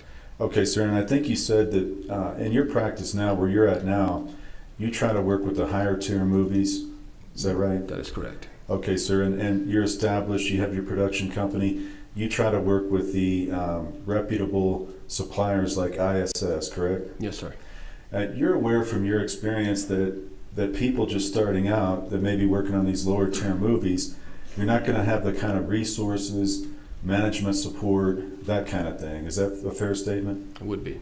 Okay, sir. And on those lower tier movies, would you agree with me? A lot of times because they're lower budget, because of how they allocate funds, there's unsafe practices that may occur. That is correct. That would be a correct statement. Okay, sir. And would you also agree that production has some responsibility as well to set the safety tone and to make sure certain safety practices are occurring on that set? Most certainly. Okay, sir. And that would also include the first assistant director? Well, the first assistant director kind of runs the tone and tempo of the movie set itself, whereas the production company would be the governing body that would put these safety standards into practice that are already present. Okay, sir. And part of that safety responsibility, for example, if there were negligent discharges like there were in this film, there should be a chain of custody and reporting format, and then something done to address that if there's a safety issue like that. Would you agree? I would. Okay, sir. And on this set, you knew that from your review and your work in this case, there were 2 negligent discharges. Is that correct? Correct. I'm familiar with one. The second, I believe, may have been the prop master. I'm not 100% sure what the second one was, but I know there were 2. Okay, sir. And on both of those, you don't know all the ins and outs of them, but you just know kind of what they occurred. One involved the prop master, Sarah Zachary. Is that right? That is correct, to the best of my knowledge. Now, you said earlier, and I've heard this phrase before, I'm familiar with it, 2 is 1 and 1 is none. Correct. So, sir, I think you applied that on this set to, ideally, would you believe there should have been 2 armors? Yes, they should have had more than 1 armor on this movie. Okay, and that's because, in your opinion, this was a gun-heavy set, is that right? Yes. So, on a gun-heavy set like this, it's ideal to have 2 armors. Were you aware that the Rust production company actually had Ms. Gutierrez-Reed working as a part-time armor? Yes, I was. Okay, and is that, so that, because you believe there should have been 2, I take it that's not an advisable practice on this movie? No, it is not. Okay. And were you aware that Ms. Gutierrez-Reed sometimes would have them to do props duties and take away from her armor duties? Yes. Okay. And sir, in anything that you read, were you ever aware that on days when they brought out real firearms, Ms. Gutierrez-Reed also would have to run and do props duties? It is my understanding that she was having to do that continuously. Okay. And sir, were you aware, or have you learned in your course of your review that production treated Ms. Gutierrez-Reed as some days were prop days, some days were armor days, and that's how they allocated that? From a financial standpoint, yes. Okay. And sir, if they bring out real firearms and it's a prop day, those firearms don't magically change into props, obviously. They still require an armor. Is that correct? That is correct. Okay. Now, you said that those firearms should first come from a legitimate prop house, verified safe source, and that chain of custody is very important. Is that right, sir? That is correct. Okay. And chain of custody, because you were a police officer, is also important in evidentiary items. That's right. Okay. So with regard to a firearm, you want to maintain that chain of custody as the armor and going to the actor and coming right back. Is that fair? That's fair to say, yes. Okay. Now, if on this set, if the first assistant director took possession of that, I think you've already said that should never happen. Is that right, sir? That's correct. Okay. And under no circumstance should the first assistant director be possessing those firearms. Is that fair? Yes. Okay. Now, I know that you also said that multiple layers of safety is important. And on this, several of the videos, we'll get into those more in a second, but I noticed Mr. Halls, the first assistant director. I don't know if you knew what he looked like, but Ms. Morrissey said to assume. Did you see that individual? I did. Okay. Now, in certain videos that we saw, if Ms. Gutierrez-Reed is not present, do you understand under the safety bulletin that then that falls to the first assistant director for responsibility for safety? The safety aspect, yes, but the gun handling, no. Okay. So under that scenario, if Ms. Gutierrez-Reed, for example, has been sent off to do props duties, would it be incumbent on the first assistant director to call her back? Somebody call her back to come back and deal with the gun handling? Yes. Okay. So if there's a circumstance where that happens, you would expect as a professional armor with your years of experience, somebody to call her back and say, come back, we need you on this gun scene. Right. If there was a firearm needed to be delivered to or used in a scene, then yes, they should have called her back. She should have been present. Okay, sir. And with regard to the union that we talked about briefly, in the early stages, do you know people have to get certain hours to become a part of the union? That's correct. Okay. And while you're doing that, sometimes people have to take jobs in these lower tier movies? That is true. Okay. And again, to do that, sometimes you're going to have to deal with situations where you have a part-time position. But that's not something you would ever think would be advisable for an armorer. No, it should not be. Okay. And sir, let me ask you this. Even if it's a movie set with two guns or a really small grouping, is it ever advisable to have a part-time armorer like this? So what you're describing is a day player versus a run of show, ROS. And so, yes, sometimes if there's a show that's only using a couple scenes that have firearms in it or a few firearms, then they can call in an armorer for a day player, 1 or 2 days to come in and handle that one particular thing, and then that'd be it. Okay, and when would a day player scenario be okay to do? I can tell you one of the last times I worked on Interview with a Vampire, the latest television series, and they had one scene in a funeral home where the actor was shooting a derringer at someone, and they called me into day play for that exact scene only, and that would be an example. Okay, but on this particular, I'm sorry about that. Thanks for doing it. Is that better? Yeah, didn't you turn this up? Yeah, but that doesn't Okay. control the sound. Okay, thank you very much. Okay. Is on this particular Western set, when you've got so many firearms, you wouldn't have a situation where you'd have a day player, that kind of thing. No, I would not think so. It's too many moving parts, too many firearms out at all times. Because we saw in those videos, and I understand what you're saying, there was a lack of muzzle discipline in several scenes, and you described that. We didn't see, though, in fairness, the entire video of the context. Would you agree with that? Just a clip, that's all we saw. Okay. So in fairness, sir, you don't know at times when you were saying, I assume, you don't know if Ms. Gutierrez-Reed came up after and said something to those people about muzzle discipline? No, I do not. Okay. And sometimes, and I'm not holding this because you're just looking at the clip too, like all of us. Sure. But in certain situations where you might think there's a full blank, there might be a quarter load. Is that fair? Yes. Okay. So, in fact, another scene I think we were looking at, you talked about replacing a replica with a live weapon, and he was going to get thrown back into the wall. In that instance, I don't know if you were totally sure whether that was a replica. No, I was not. No. Okay. On the Rust set, there were primarily real firearms. Are you aware of that? Yes. Do you know, sir, how many replicas there were? I do not. Not at that count. Okay. So in general, every time the Rust set had guns out on that set, they should have had the armorer present doing armor duties. Is that right? Yes. And in fact, I think you said they should have had two armors. That would be very fair. Okay.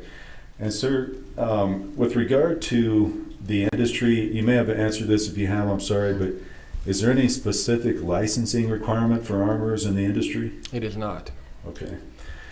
Is there any specific checklist or written protocols for duties of an armor?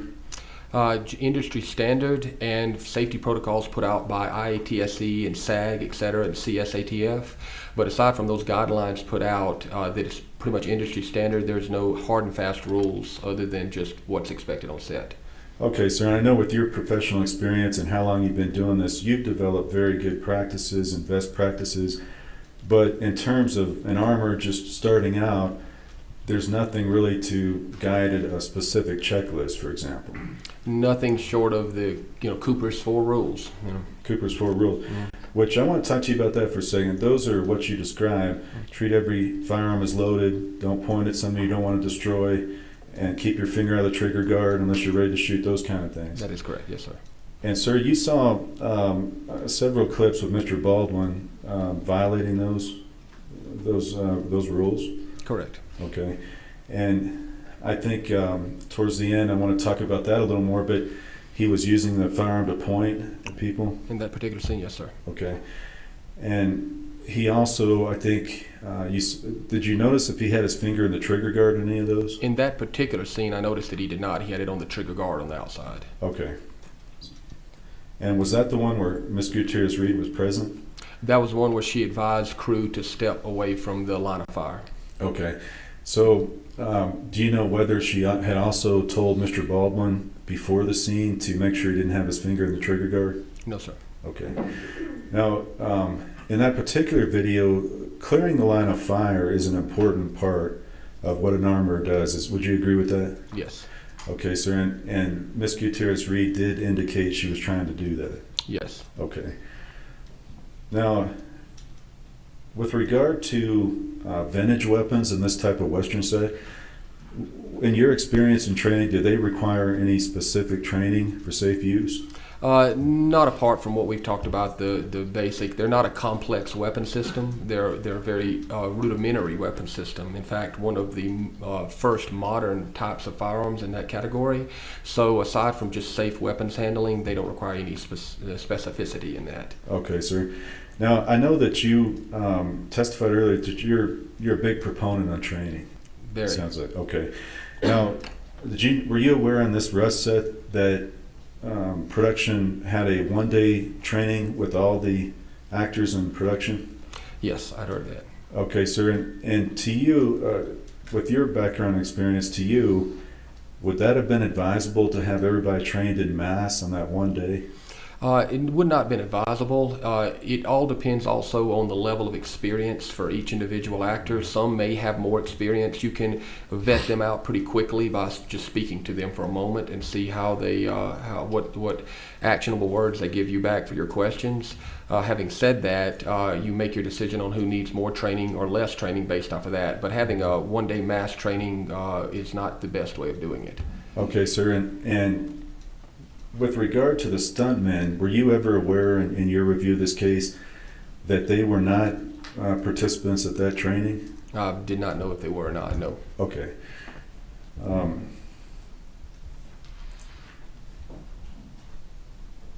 You talked about the steps an armor should take to prepare a particular scene. Now, one of them is, and can it vary by the complexity of the scene? It would very much, well, the basic fundamental safety things Yes. of checking the firearm, doing an audit on the firearm weapons that you're going to use, the ammunition you're going to use, that remains a standard. Now, you're exactly right in the fact that if you're using a M249 or something that's a complex belt-fed weapon system, crew-served weapon system, then you would need to have more training, more time spent with it, and complex. In this particular case, we're dealing with more vintage, as you said, rudimentary weapon. Yes, so yes, sir. to answer your question directly, yes, the more complex, the more time needed. Okay. And sir, did you know on the day, October 21st, that production was about 2 hours behind schedule that morning? I was aware that they were behind. I didn't know exact time. Yeah. Okay. And in a situation where, I know you said you need to slow down, but you knew they were probably in a rush situation that day, at least a little faster. Correct. Okay. Now, is it advisable in those instances to have a safety briefing before a scene with firearms every time? Yes, each day you should have a safety briefing if firearms going to be used, and camera can rush all they want to, or props can rush all they want to, but those three areas of the set that are dangerous, they need to always take their time. Okay. So, sir, I want to ask you if you would assume that for a moment that Baldwin is in the church, he's has the weapon, Miss Gutierrez Reed is outside, she's not aware that he's going to be using that weapon. At that point, he goes off script, calls an audible, and starts using it. Should someone in that church have gone and got Miss Gutierrez Reed and brought her in? Yeah, if Ms. Gutierrez was not present in there with the live weapon, then someone should have looked up at the point and said, "Where is our armorer?" and called her in. Okay. And that would have been important for her to come in and monitor that scene, do the safety briefing, those kind of things with Mr. Baldwin. Is that right, sir? Yeah, safety briefing generally is conducted by the first assistant director, and then sometimes the armorer is allowed to speak if anything is needed to be done at that point in time. But yes, before that is used or any of that stuff is implemented into the day, and then those things should have been done. Okay, sir. And as part of that, would you expect that they call her back in? She needs to take the weapon, do that safety check you talked about with Mr. Halls, the first assistant, and then once that's cleared, it goes back to Mr. Baldwin? That's correct. Took the weapon, cleared it with at least her DP or her first assistant director, a two-part check, and then obviously the actor that's handling it and anyone else in the room. Okay, sir. That wanted to see it. Yes. Excuse me. Okay. And were you aware whether Miss Gutierrez Reed was having to attend to prop duties on the moment of the 21st when Mr. Baldwin did do the rehearsal scene? No, sir, I was not aware of what she was doing. Okay.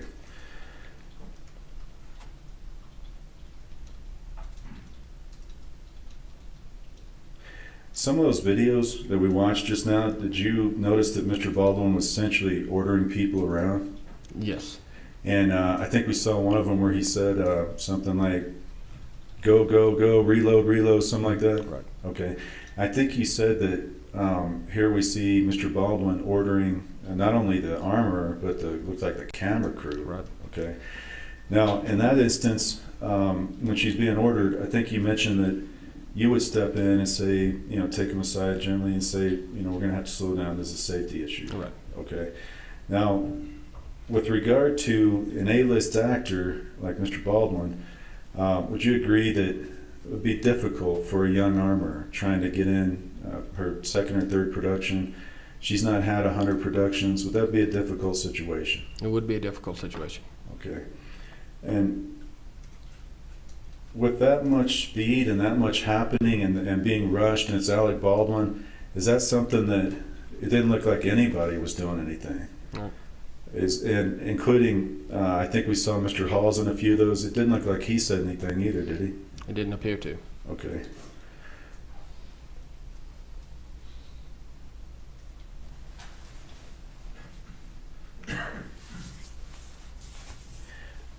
With regard to the props department, I forgot to ask you something.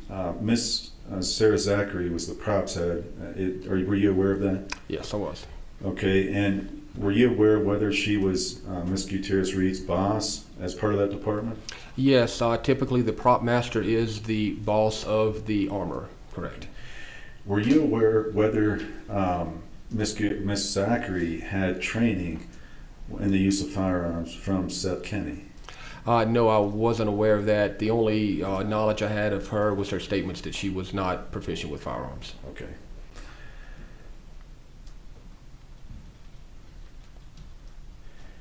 I think you mentioned in your direct testimony, if she was trained or proficient, then there's a certain instance where she can handle weapons as well. Correct. Okay. You talked a little bit about gun safes and properly maintaining weapons. Were you aware whether production provided Miss Gutierrez and Miss Zachary a prop cart? I'm not aware of the prop cart. Okay. Did you know the quality of the safe that was provided to them? No, sir. Okay. And do you know, I know you said you had a Pelican box, but do you know whether they provided Ms. Gutierrez Reed anything like that? I do not. Okay. Some of those scenes in the videos we saw, there's blank fire by Mr. Baldwin, and the cameras are right there. We just went through that. Did you see any of those plexiglass shields? Well, flat on the front of it. I did not. I think maybe there was one on the front of ACAM but I'm not aware of it for 100%. But it may have been one on there. Thinking back now. And can you tell the jury what those plexiglass shields are used for? So the plexiglass shields are used to, you would hope that they were there to protect the operators, but they're really there to protect the cameras. So the cameras are very expensive, and they don't want them damaged in the middle of any kind of gunfire or anything of that nature. Generally small shields that go over the lens of the camera to avoid any kind of damage. Okay, sir, and as part of that, would you agree that in Hollywood there's certain tricks they try to use to make sure, even though it looks like it's pointed at the camera, so it's actually pointed camera right or left? That's correct. Okay. And in some of those videos, is it fair to say that, in fact, one, I think you mentioned Ms. Gutierrez Reed was holding a shotgun with the muzzle pointed upward. Right. Is it fair to say it's difficult from that angle to determine whether it was pointed directly at her or a ways from her? The angle of the firearm would be hard to determine, but the general handling would be pretty standard. Yes, sir. You would say that it should have been pointed differently. Correct. Yes, sir. Okay. A couple questions about the dummy rounds on set. I think you said you inspected them. Did you find a mixture of types of dummies? Yes, sir. Okay. And sir, you've done 100 films as an armorer. You've been around this business a long time. Was it your conclusion these were lower quality dummies, for lack of a better word? That would be correct. Okay. And some of them, is it true that some of them rattled, some of them did not? As far as the rattling, I'm not sure if all of them rattled or did not. I know that some of them had holes drilled in the base of them. They were just a mixed assortment. And sir, did you also know there was a round called a Denex round? Are you familiar with those? I'm familiar with the company Denex. I believe it's a Spanish company. They make a lot of replicas and whatnot. They do make fake, I wouldn't call them a dummy, I would call them a fake bullet. They don't make them to industry standards. They make them to, let's say you had a display case in your office and you wanted it to look like an Old West gun from New Mexico.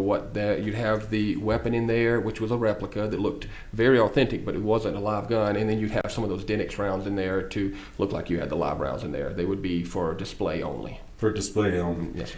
Now, would you think it, with a part-time armorer, various types of mixture of dummy rounds, including rounds that rattle and rounds that don't, is that a safe situation when somebody's trying to manage that? No.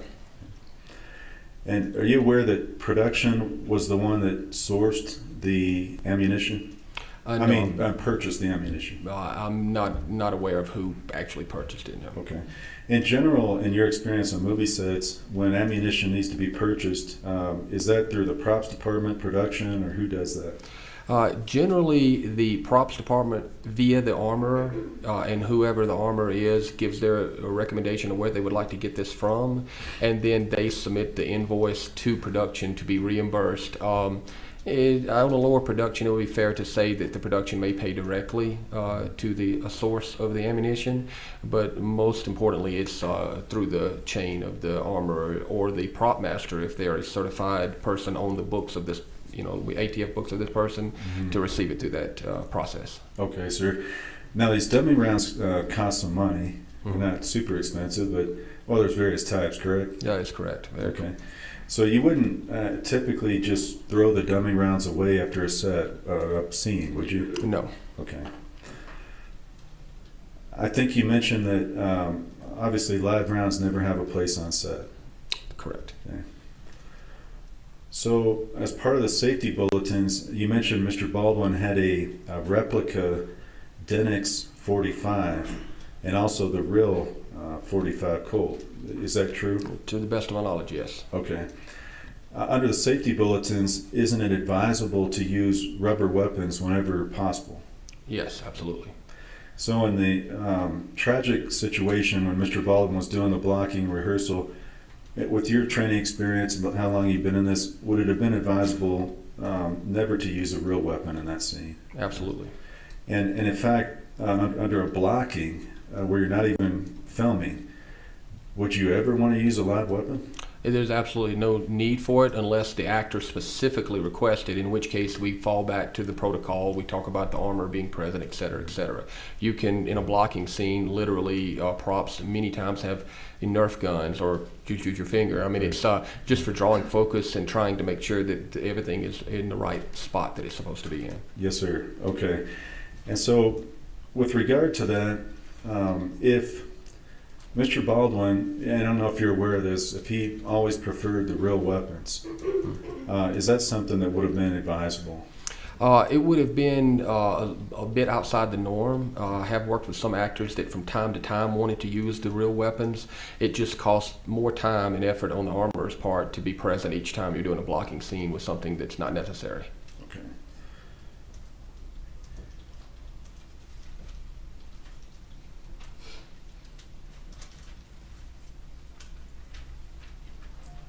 Just a moment, sir. I'm just reviewing a few. Sir.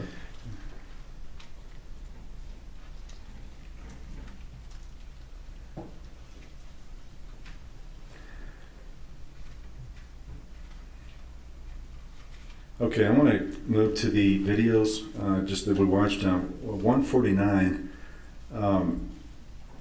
Again, we're not certain if Miss Gutierrez-Reed was present or not in that particular video. Is that the one where the camera panned 90 degrees, or was that just? And I'm sorry, sir. That was the first one we watched. Where, with the young actor came up close to camera. Yes. I can't see behind camera, so not sure who was there. Okay.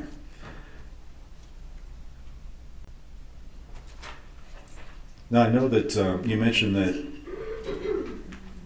with regard to the next video we played, that we know now that there were live rounds on set. That's right. So Mr. Baldwin need to treat the real weapon as if it was loaded. That's correct. Okay.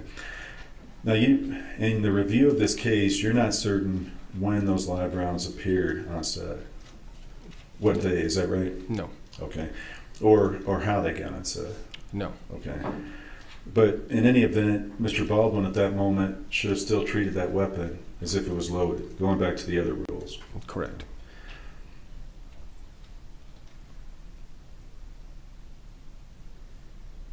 Did you read the OSHA report in this case? It's part of it, some of it. Okay. And do you know that they found fault with production for several safety violations? Yes, sir. Okay. And do you know that those safety violations for that there was a financial penalty? Correct. Okay. On this particular budget, did you review any of the budgetary items for Rust? Not many. Not Okay. many. No. Did you look at whether there was money budgeted for the armor? I did not. Okay.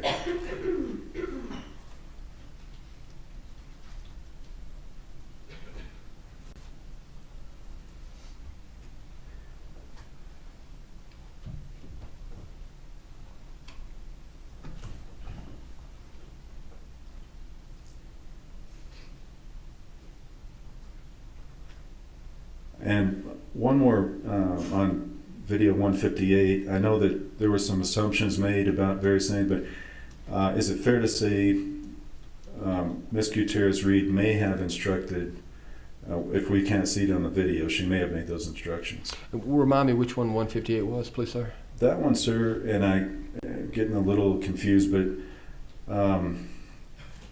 Baldwin's yelling, one more, here we go, come on. Gotcha. Okay. And on that one, we don't know exactly what Ms. Gutierrez-Reed may have done? No. Okay.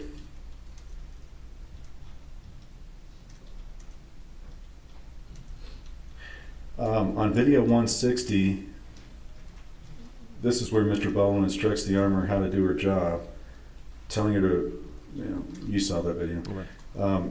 Did you know whether the rounds in her fanny pack, whether they were sequestered? I did not. Okay.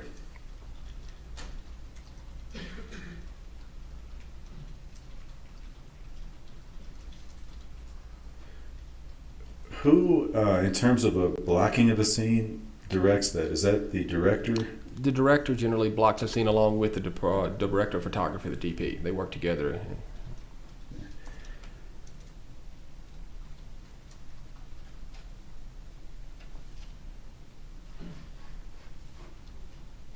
Last portion you talked about, you said that Baldwin went off script, and that was the video where they yelled cut, and then Mr. Baldwin cussed, and he fired, right? And again, would you agree that's a unsafe practice Mr. Baldwin is doing? Sure, yes, absolutely. And now that we know what happened, we now have seen another instance where he went off script, correct? Correct. Then I have just a moment.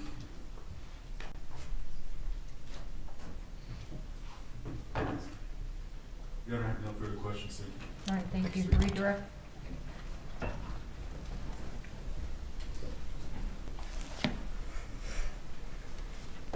Mr. Carpenter, when you first started out as an armorer, would you have held a shotgun with the barrel pointing in the direction of your own head? I would not. And when you first started out as an armorer, would you have permitted a stuntman to hand a double-barrel shotgun to a child? I would not. So those aren't things that you learned over the years not to do, correct? Correct. Can everyone hear Mr. Carpenter? Okay. Sorry, guys.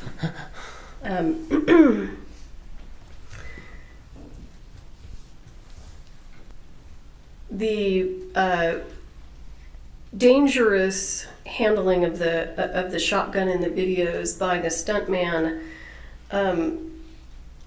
was it ongoing? It was. And did you ever see Ms. Gutierrez intervene? Not in the videos that I've watched, no. Did you ever hear her voice call out to the stuntman telling him not to do that? I did not.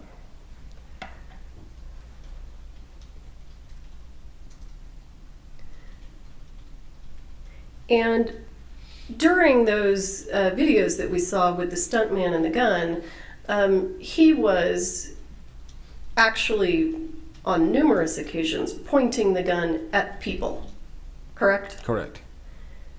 And he was doing that when cameras were not rolling. That is correct. Is it the armorer's job to make that stop? It is. Regardless of whether this is their first movie or their 100th movie? Correct. The safety protocols are in place to mitigate accidents, and they're there for a reason. That you have to follow the standard of safety, i.e. checking firearms, checking rounds, checking dummies, and maintaining, again, I know I've said this more than a few times, maintaining the 4 safety rules in their entirety. And you indicated that a lot of the training that armorers receive is on-the-job training, right? That's correct.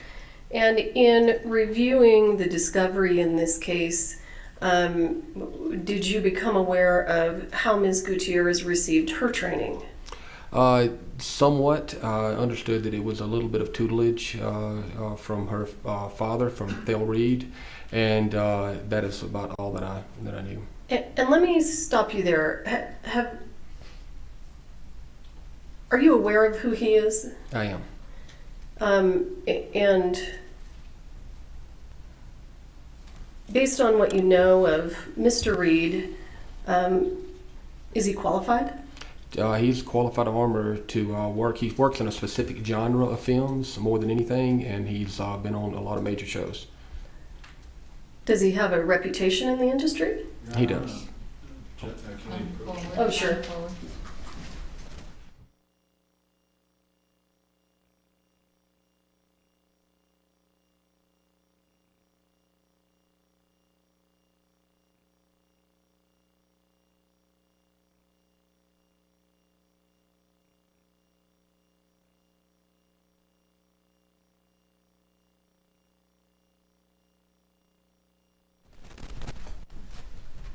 Let me direct the question a little more. Does Mr. Reed have a reputation for being qualified? Yes.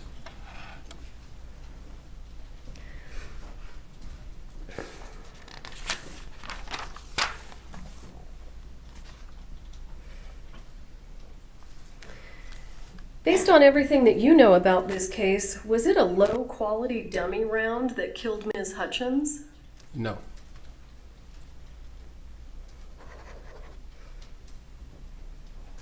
And whose responsibility is it to ferret out any possible live rounds on a movie set? It's the armor's responsibility. And sir, I want to ask you, have you ever worked on a movie set where you discovered live rounds? I have. And how did you discover them? I came in initially as a day player, then left the show. Unfortunately, the prop master had a health issue. The show called me back in to do run of show for the rest of the show, so I'd been gone and did not know what they had, what the equipment was, et cetera, et cetera. So the first thing that you do is an audit of the entirety of their equipment. So I went to the safe, went through all of the safe, all the firearms, looked at everything, went through all of their dummy rounds that they had available, and I picked up, you've done this long enough, you can just pretty much know it by feel. I picked up a box of 12 gauge rounds that were used for set dressing, which is just decoration such as this handkerchief or that pair of glasses on a set in a scene where these bad guys were just loading their guns, getting ready to do something bad. And that had apparently been used in a scene prior to me being on the show. I picked up the box of shells and they were in a plastic container. I immediately felt the weight was wrong on them. And I took one out, looked at it, and it appeared to be live to me. I took it back to the workstation, dissected it, and it was a live round. At that point in time, regardless of the health issues that the prop master had, I immediately contacted him and said, what happened? And I said, we're shutting everything down. We're taking everything out of this truck, getting rid of everything on this set immediately. And he said, absolutely. Okay. And that's what we did. So you actually just stopped production? I stopped our part of it. Nobody was getting a firearm out on set, period.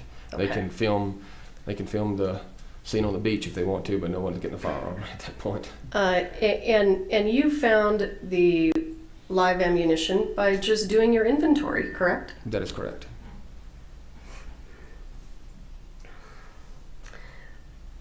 On a movie set, whose responsibility is it to maintain chain of custody of a gun? It is the armor.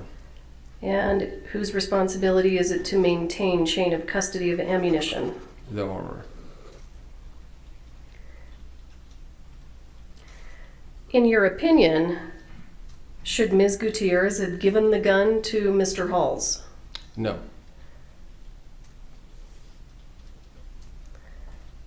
Should Ms. Gutierrez have given the gun to Mr. Halls and then left the room? No. And let's say that she's got prop duties. Is that an excuse for an armorer to leave the room and leave a real gun out of her sight? Unfortunately, no.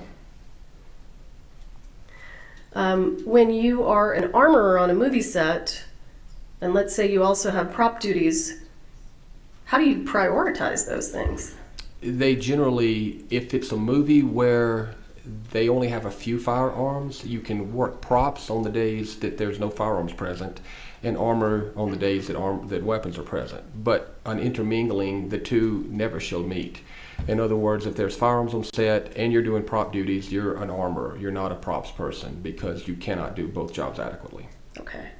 And are you aware that October 21st, 2021, she was actually, that was one of her armorer days? I was not aware of that. Based on your review of the documents in this case, who loaded the gun before it was handed to Mr. Halls? Ms. Gutierrez.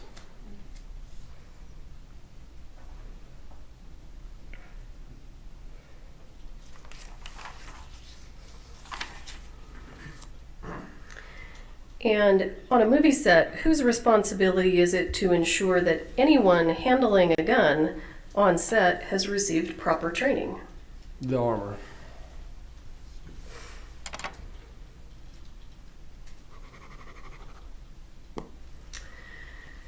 Mr. Bowles asked you a question about whether or not it would be difficult for a young armorer just starting out to perhaps ruffle the feathers of, I think he referred to him as an A-list actor. And you indicated that that might be a difficult position. Is that right? That is correct.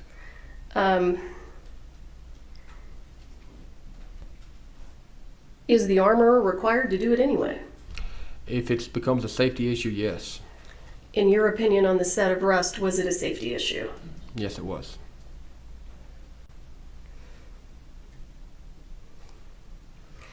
You were asked some questions about Ms. Zachary being Ms. Gutierrez's boss, and I want to ask you, in the film industry, can the prop master tell the armorer what to do with regard to firearms? They can administratively tell them what to do with firearms, i.e., we're not going to use any today on scene for this reason, or maybe they choose to get the firearms from a different location that the armorer wants. But from a safety standpoint, the armorer is the final say. Okay. And you were asked some questions about the safe that was used to hold the guns in this case. Were you aware that Ms. Gutierrez actually picked out the safe? I was not.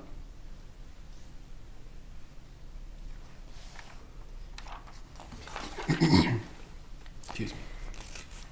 And you were asked some questions about Mr. Baldwin demanding that he have his real gun during the blocking. Who permitted the real gun to be used during the blocking rehearsal by Mr. Baldwin? Objection is speculation. What are you going to say about approaching from now on? Come up on every objection.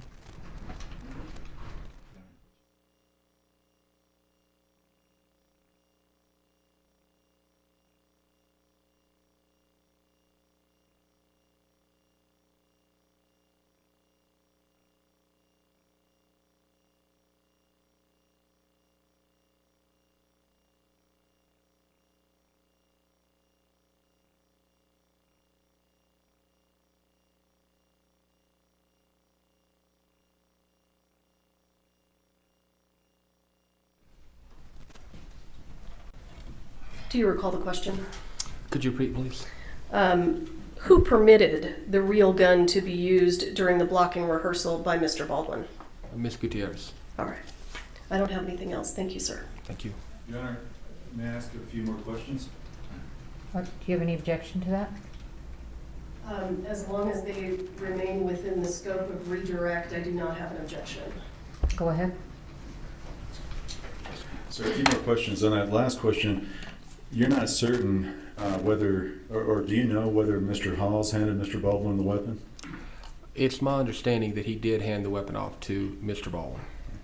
And is your understanding as well that Miss Gutierrez Reed was not in the church at the time Mr. Halls handed him the weapon? Also true, yes, sir. Okay. And with regard to the prop duties that were discussed on redirect, were you aware whether production was directing Miss Gutierrez Reed to focus more on props duties? I was not. Okay.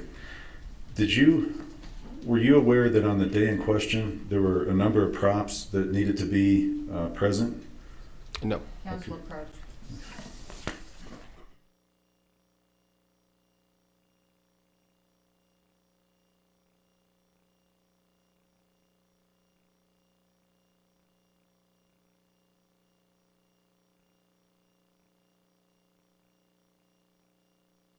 Thank you. Thank you, Your Honor.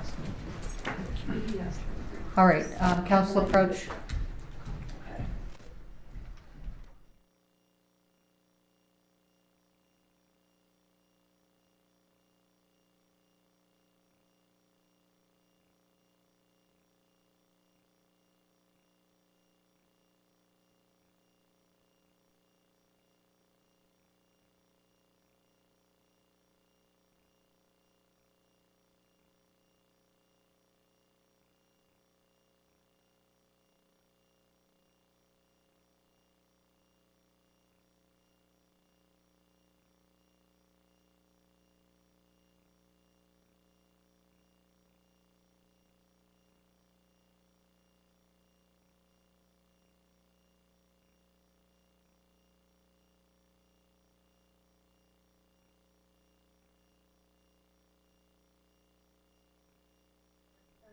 Face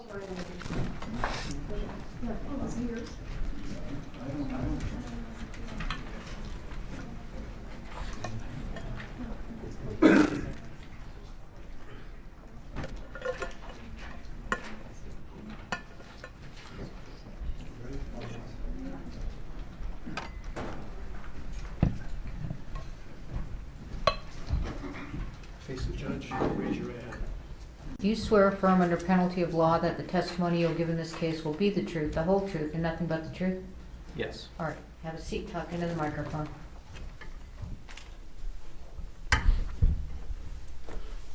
Good morning. Morning. Would you please state your name for the record?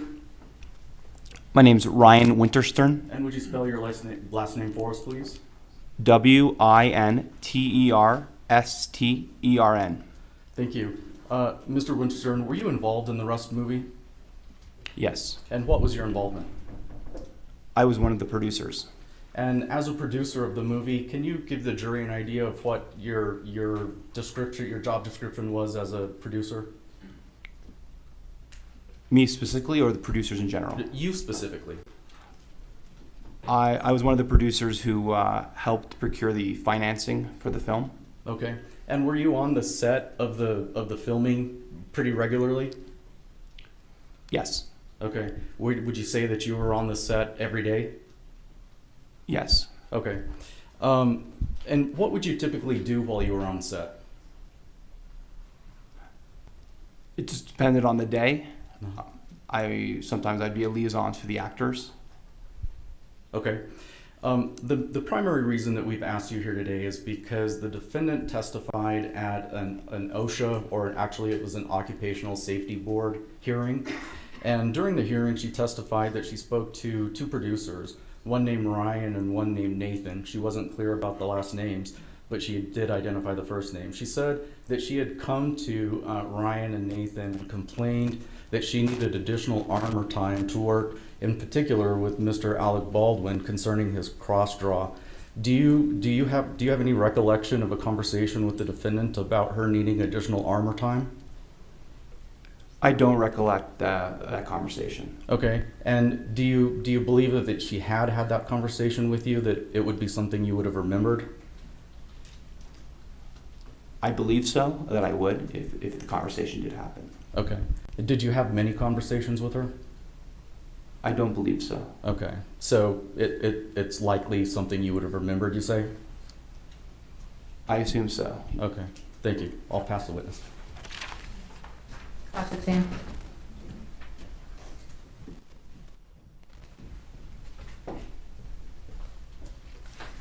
Good morning, Mr. Winterstern.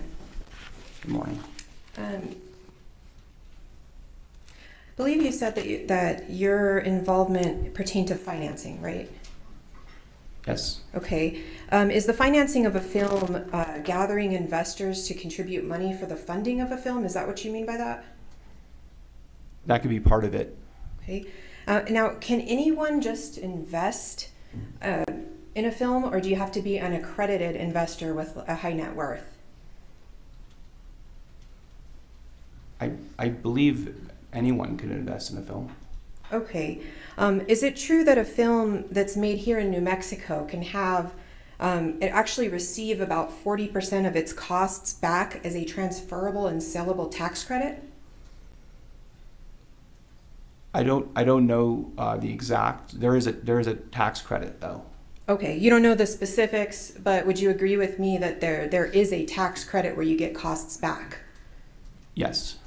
And that tax credit is in fact transferable and saleable? I don't know specifically. I know that at some point there is a credit that can be monetized.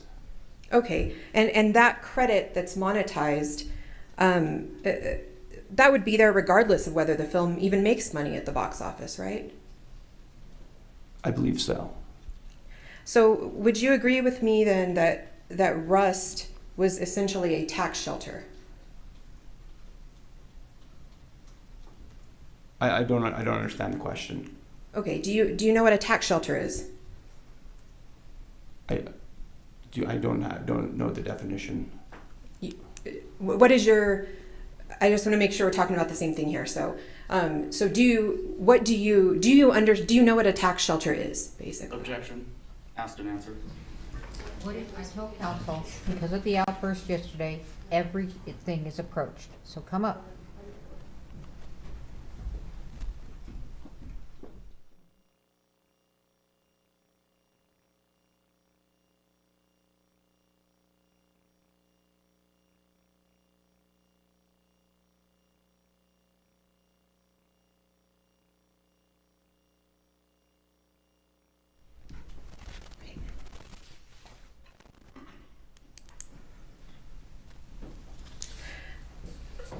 Now, you're one of the producers on this film. In the beginning, were there 6 producers for the film, or was it 10? There were, I believe there were 6 people listed as producers. Okay, and who were all the producers of Rust? So there was myself, Alec Baldwin, Ryan Smith, Angel Nigam, Matt Del Piano, and Nathan Klinger. Okay.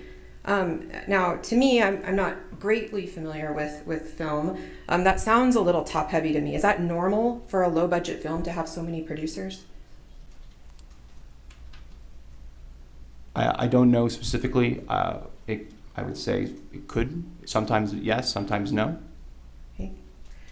And part of the producer's job, you mentioned financing, but it also involves the budget for the film, right?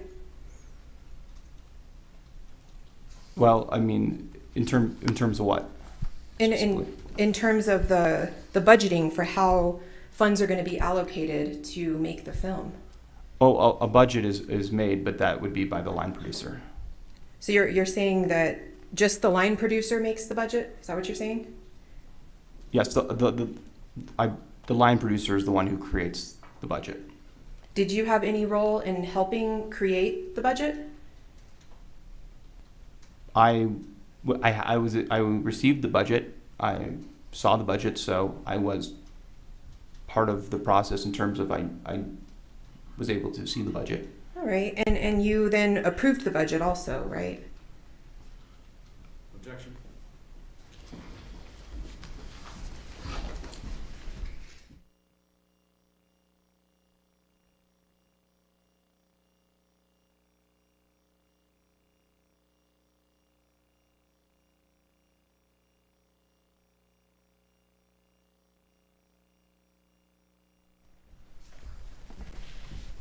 Mr. Winterstern, were you involved in approving the budget in this case?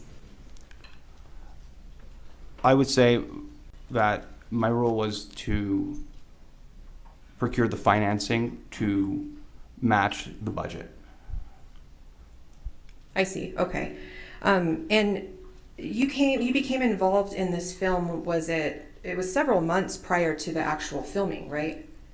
Yes. How many months was it? I don't know for certain, but roughly I would say 3 to 6 months would be safe. So for 3 to 6 months before starting to film, you collaborated with the other producers to plan this film, right? Yes. And you planned who to hire? Can you be more specific? Sure. Who to hire in terms of the hierarchy? For instance, Gabrielle Pickle. Yes. Okay. And who to hire in terms of who is going to assist with props, armors? No, that would come more closer to production. Okay. Well, you were a producer, right? Oh, but I guess the question is, did you have any involvement in the process of hiring the armors? No, not that I can recall. But your planning did involve what resources to allocate, right? To the various departments for the film? No, not that I recall. Okay. Are you aware of the original budget for this film? I think you did say you were involved in the financing and reviewed the budget. So were you aware The original budget for this film was $7,000 for the armor, $7,000 for an assistant armor, and also funding for a full-time prop master. No, not that I recall. Okay, are you saying that you don't recall what it is, or that that's not what you remember? I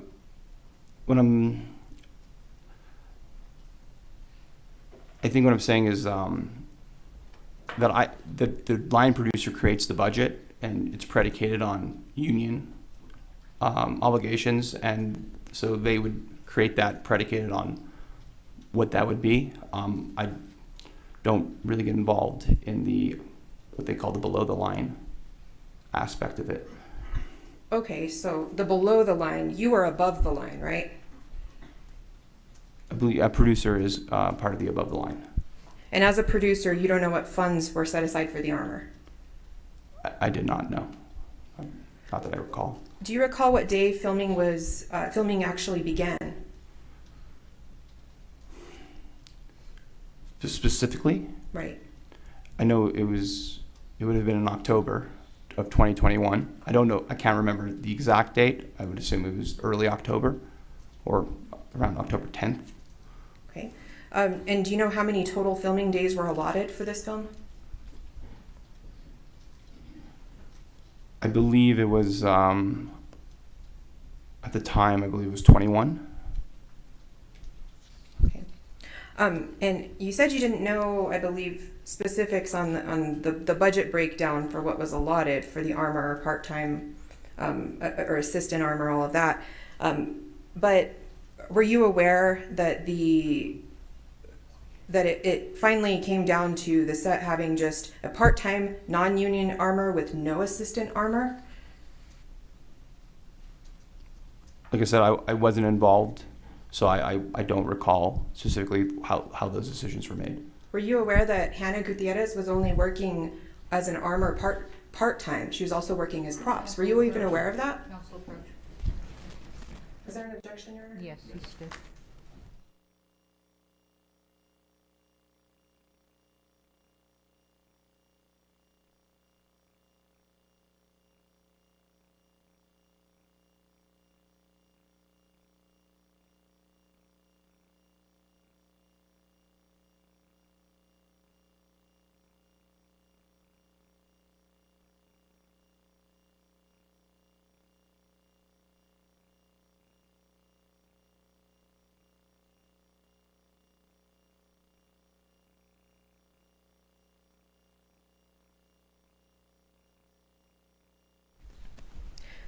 Are you aware of what was finally allocated in terms of the armor for arrest? I don't recall. Are you aware whether there were any other armors who were willing to take the terms and the pay that was being offered? I don't know. I don't recall. Right. I think you said on direct that you were on location. You were on location every day, right? Yes. And once filming began, you were actually present for some of the filming itself, right? Yes. Okay.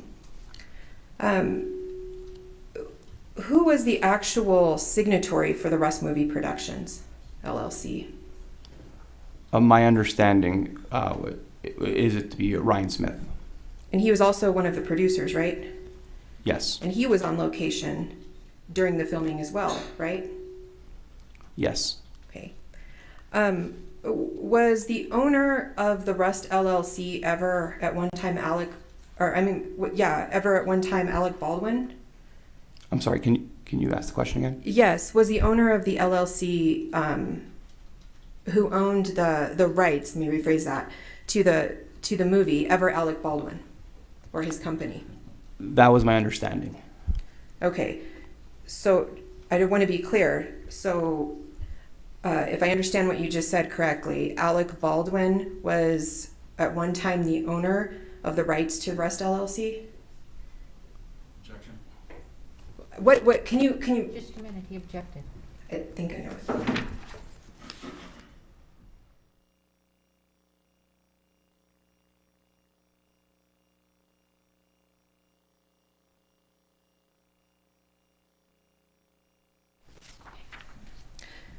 So with respect to ownership of the movie rights, what was your understanding of Alec Baldwin's ownership?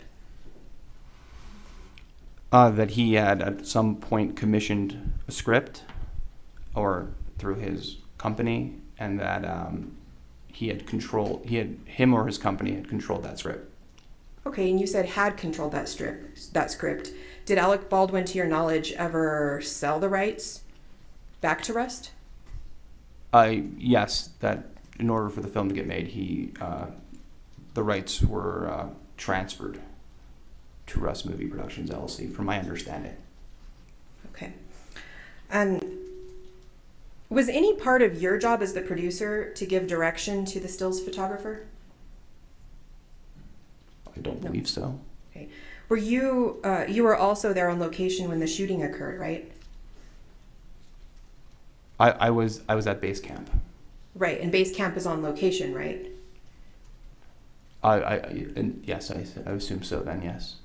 Well, I want to make sure you said previously, I believe, that you were on location every day, right? Yes. So you recall being there on location the day of the shooting? Yes. What did you do? I guess, how did you become aware of the shooting? I heard it on a walkie-talkie. Okay. And once you heard that, what did you do? I headed towards set. Okay. And when you got to set, is it true that Ryan Smith was already there on location? Yes, from what I remember. And there was actually an attorney representing the production company there on set too, right? That I do not know.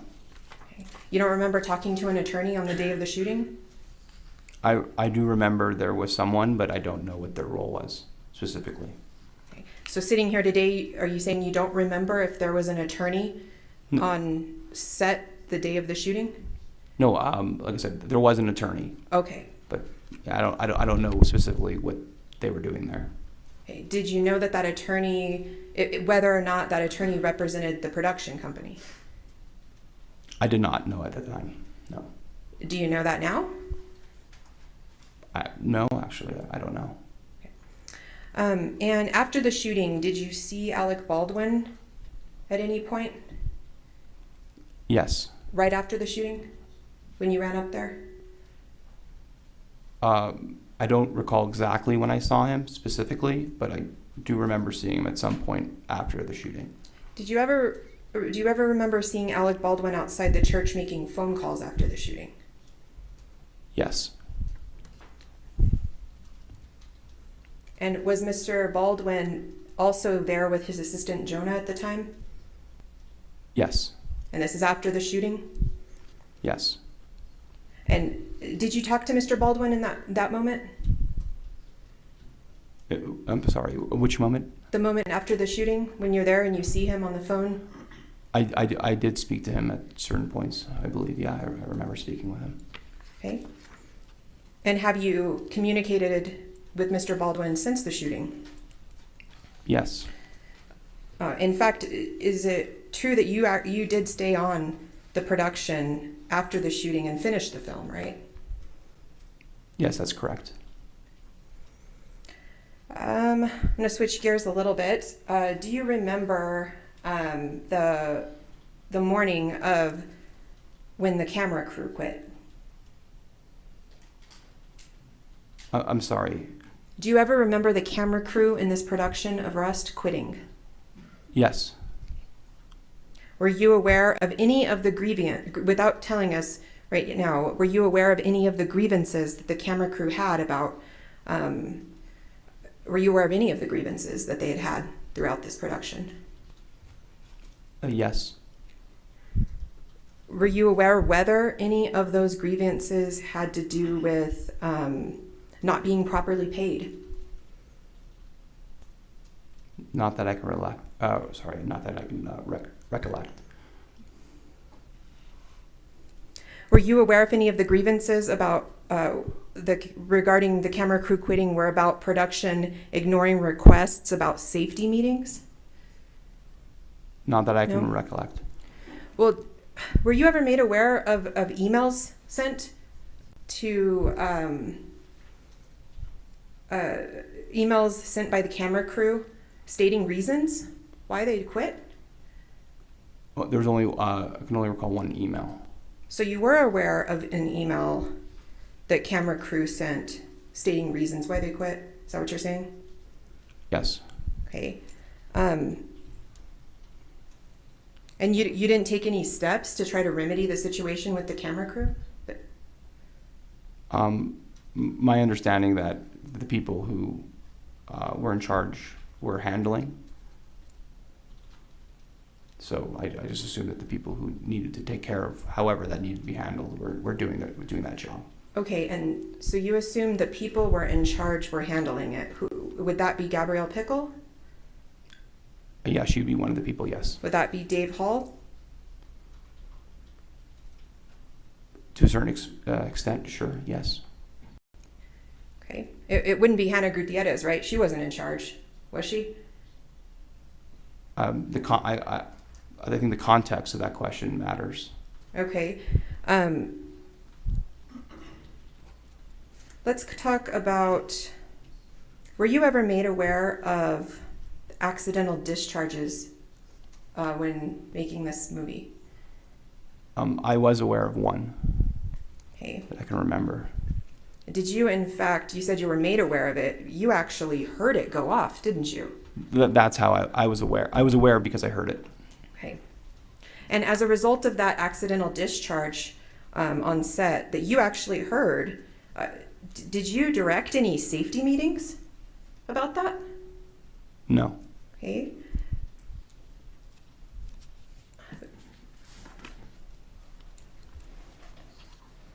Do you believe that's not your responsibility to direct safety meetings? Or to tell your people that you need to do safety meetings? I heard this accidental discharge. My understanding is that the AD department is the safety officers. Okay, AD. Is that David Halls also?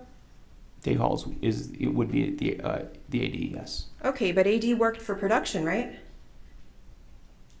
Yes. And you're a producer, right? Yes. And Alec Baldwin was a producer, right? Yes. In fact, Alec Baldwin was not only the producer, he was also the star of the film, wasn't he? Yes. Would you agree with me that he would have significant influence over things that happened on that film? I would say as an actor, yes. And as a producer, right? But like I say, it depends on the context. Okay, and as an investor that benefits from those tax shelters? I'm confused. I'm confused by that question. Okay, I'll withdraw the question.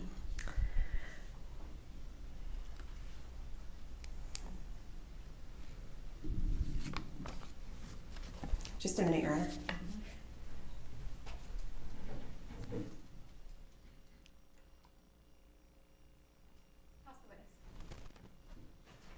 Redirect.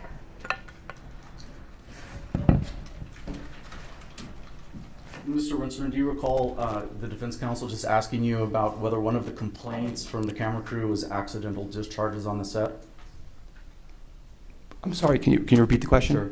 Do you recall the defense counsel who was just standing up here asking you questions about whether one of the camera crew's complaints was regarding accidental discharges on set? Your Honor, make your approach. Yes, come on up.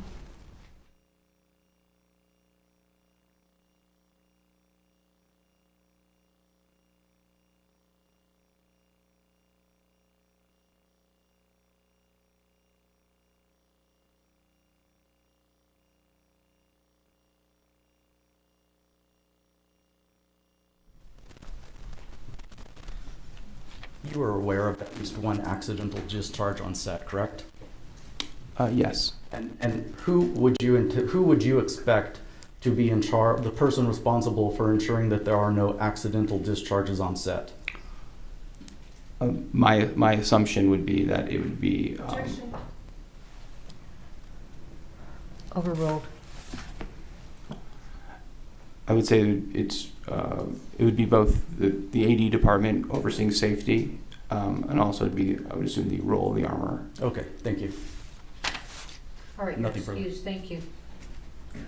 All right, we're going to take our lunch break. Please be back downstairs at 1 o'clock. Please don't talk among yourselves or anyone else about the evidence received here in court. Thank you. All rise.